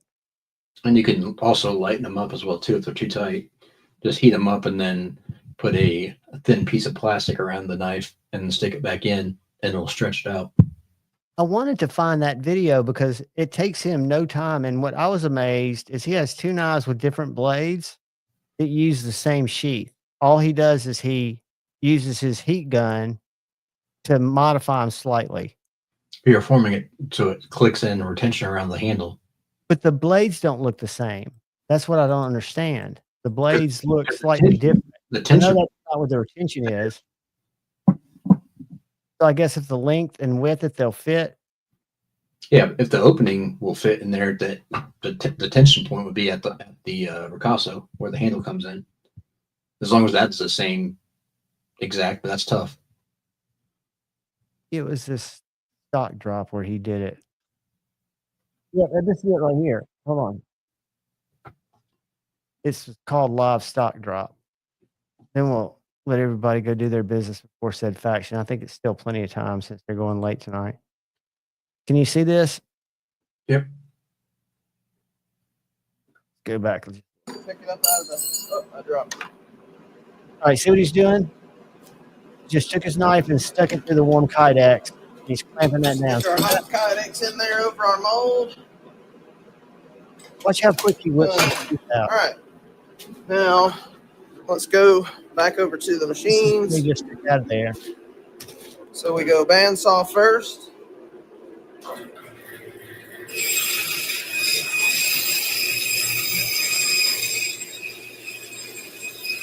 I find this fascinating. I mean, 'cause he literally. There's our rough cut. Let me grab the lighter. And this is where he does his thumb ramp with the bit. So, Steven, if you're still in here, you remember me saying that I have molds that have the drain hole already in them for this reason, because I have to do it manually after the fact if they don't. All he's going to do is heat it up. These molds don't have the drain hole post on there, so it doesn't mold in. See, all I got to do is heat it up a little and it opens up on its own. I'll stick my pick down in there and just open it slightly. That's all it needs. Little blast of air to cool it off. Let's cut it out. Grind it. Okay. Let's go back to. It takes, so I don't have to measure it. This is the one he just took out. This is a rough one. I'll do it quick. All right, see, that's one he just took out of his press. A square piece of Kydex. It's formed to a knife because it stuck a knife in it. Now he's doing his rivet. There he is. Looks like he's just marking them.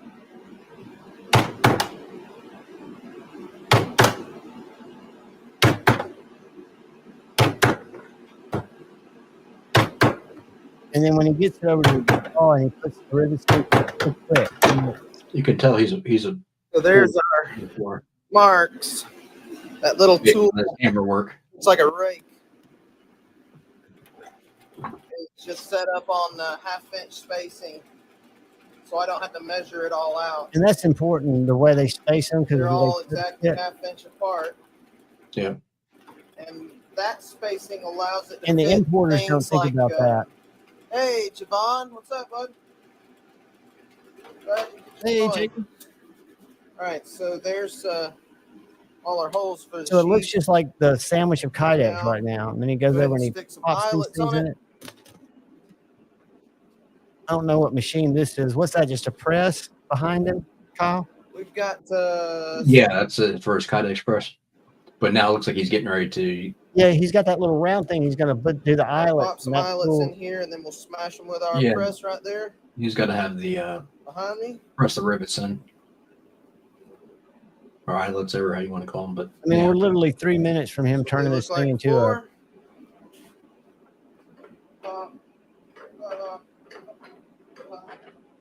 I mean, you can tell he's done it a few times. Yeah. Done. Just like that. Yeah, there's nothing to the Really eyelets. smashed super tight.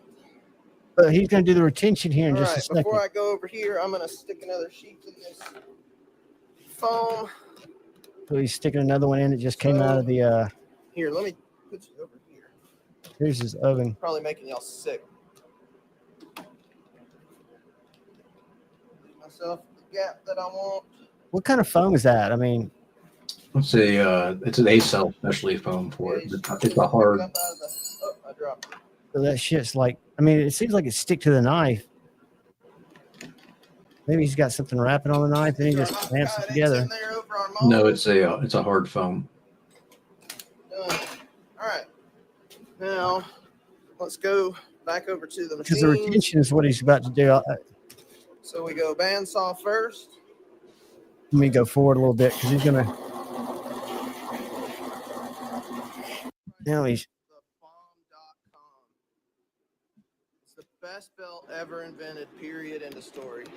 All right, so check it out. Oh, he's Turn the heat gun on high.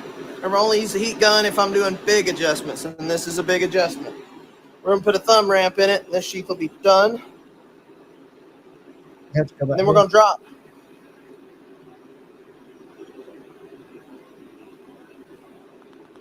What's up, Kevin? See, he just pulls it out. See that? When he puts the knife in, I think he's really adjusted. Thumb ramp done. That's Just a like genius that. game of sheaths. I don't own any of his knives, but Yep, that's it. That's all it takes. Like 3 whole seconds. It's a little hot. Sometimes you get it too hot, burn the shit out of yourself, but I keep running off without my lighter. throw the knife in there. My little Kydex adjustment lighter. And then show us how Javon you- would like this one. I know he would. This is a cat in trippy colors.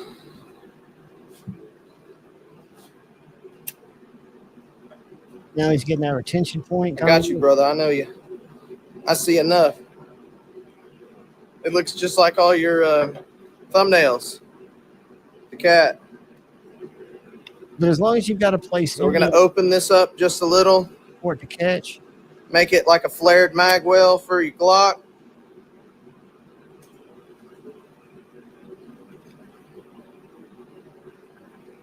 it seems like from taking it out of the oven to Just come like up that. one it takes him about 5 minutes. It's got a thumb ramp. It's got eyelets. Sprayed it out. It's got a drain hole. It's a little thin, but it's got plenty of a drain hole. And Well, click. This one feels. All right. Where do you Now, want to click? Steven, if you're still in here, you remember me. All right, because there's somewhere that he showed that he was doing that he put each one in there. By a good bit. So What are you trying to figure out? they're all yellow. The way he has a place on his knife, and it's not anything special. And when he forms that retention point, that's the tricky part. He does it after he's done everything else. He puts, I mean, like I say, when he was running through that, because Shane was in there with me, and it was just because he's done a lot, and I told Shane to check it out, but it was taking him like 5 minutes to sheath. Now again, he has probably 30 designs. I mean, he's got a shitload of different knife designs with different blade shapes, but he uses several sheath patterns for the same knives. So he doesn't have that many sheath patterns. He molds them with heat after he forms them. Let's do this. Let's go very. So if you look at his knives, his website is.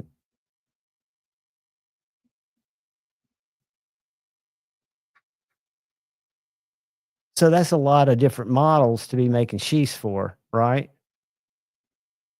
A lot of them are similar, though. Yeah, several of them are similar. I think he said he's got a Depends on couple. the size, though. What he's doing afterwards, he's just doing the custom fit. When he put it in the press, is Kydex press. That's what's doing the forming for the majority of it. Right, but you've got to have that. Don't you have to have some kind of point on the knife handle or behind the handle that's going to form and catch it enough to retain it, but still let it release?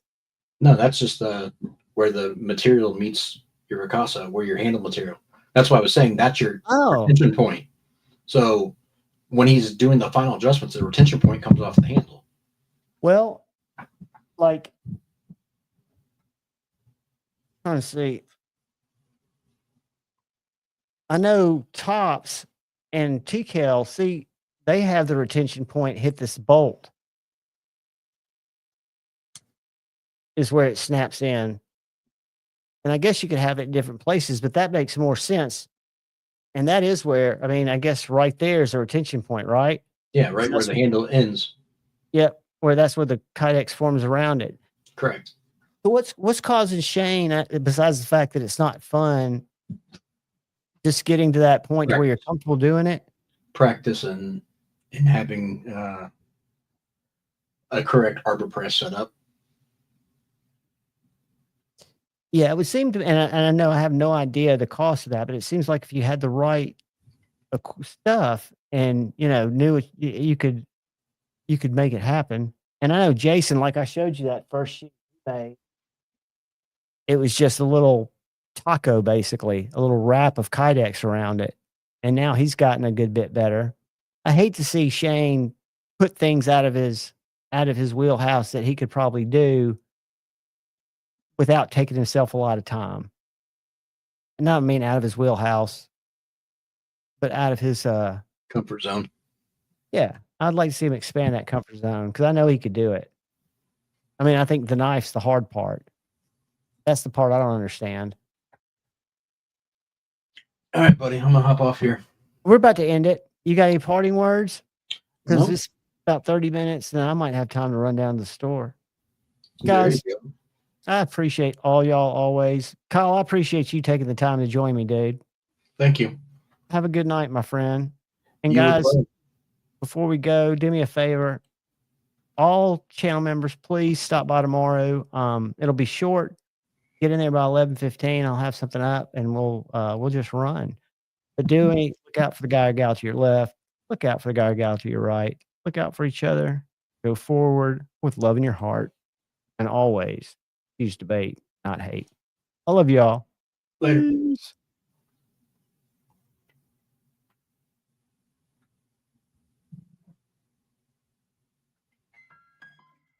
Back in my bag, yo. Conscious. ISO. Diamond. Back in my bag and I gotta brag. I do this shit for real. When we was down and we had nothing, we had to share a meal. We put the shit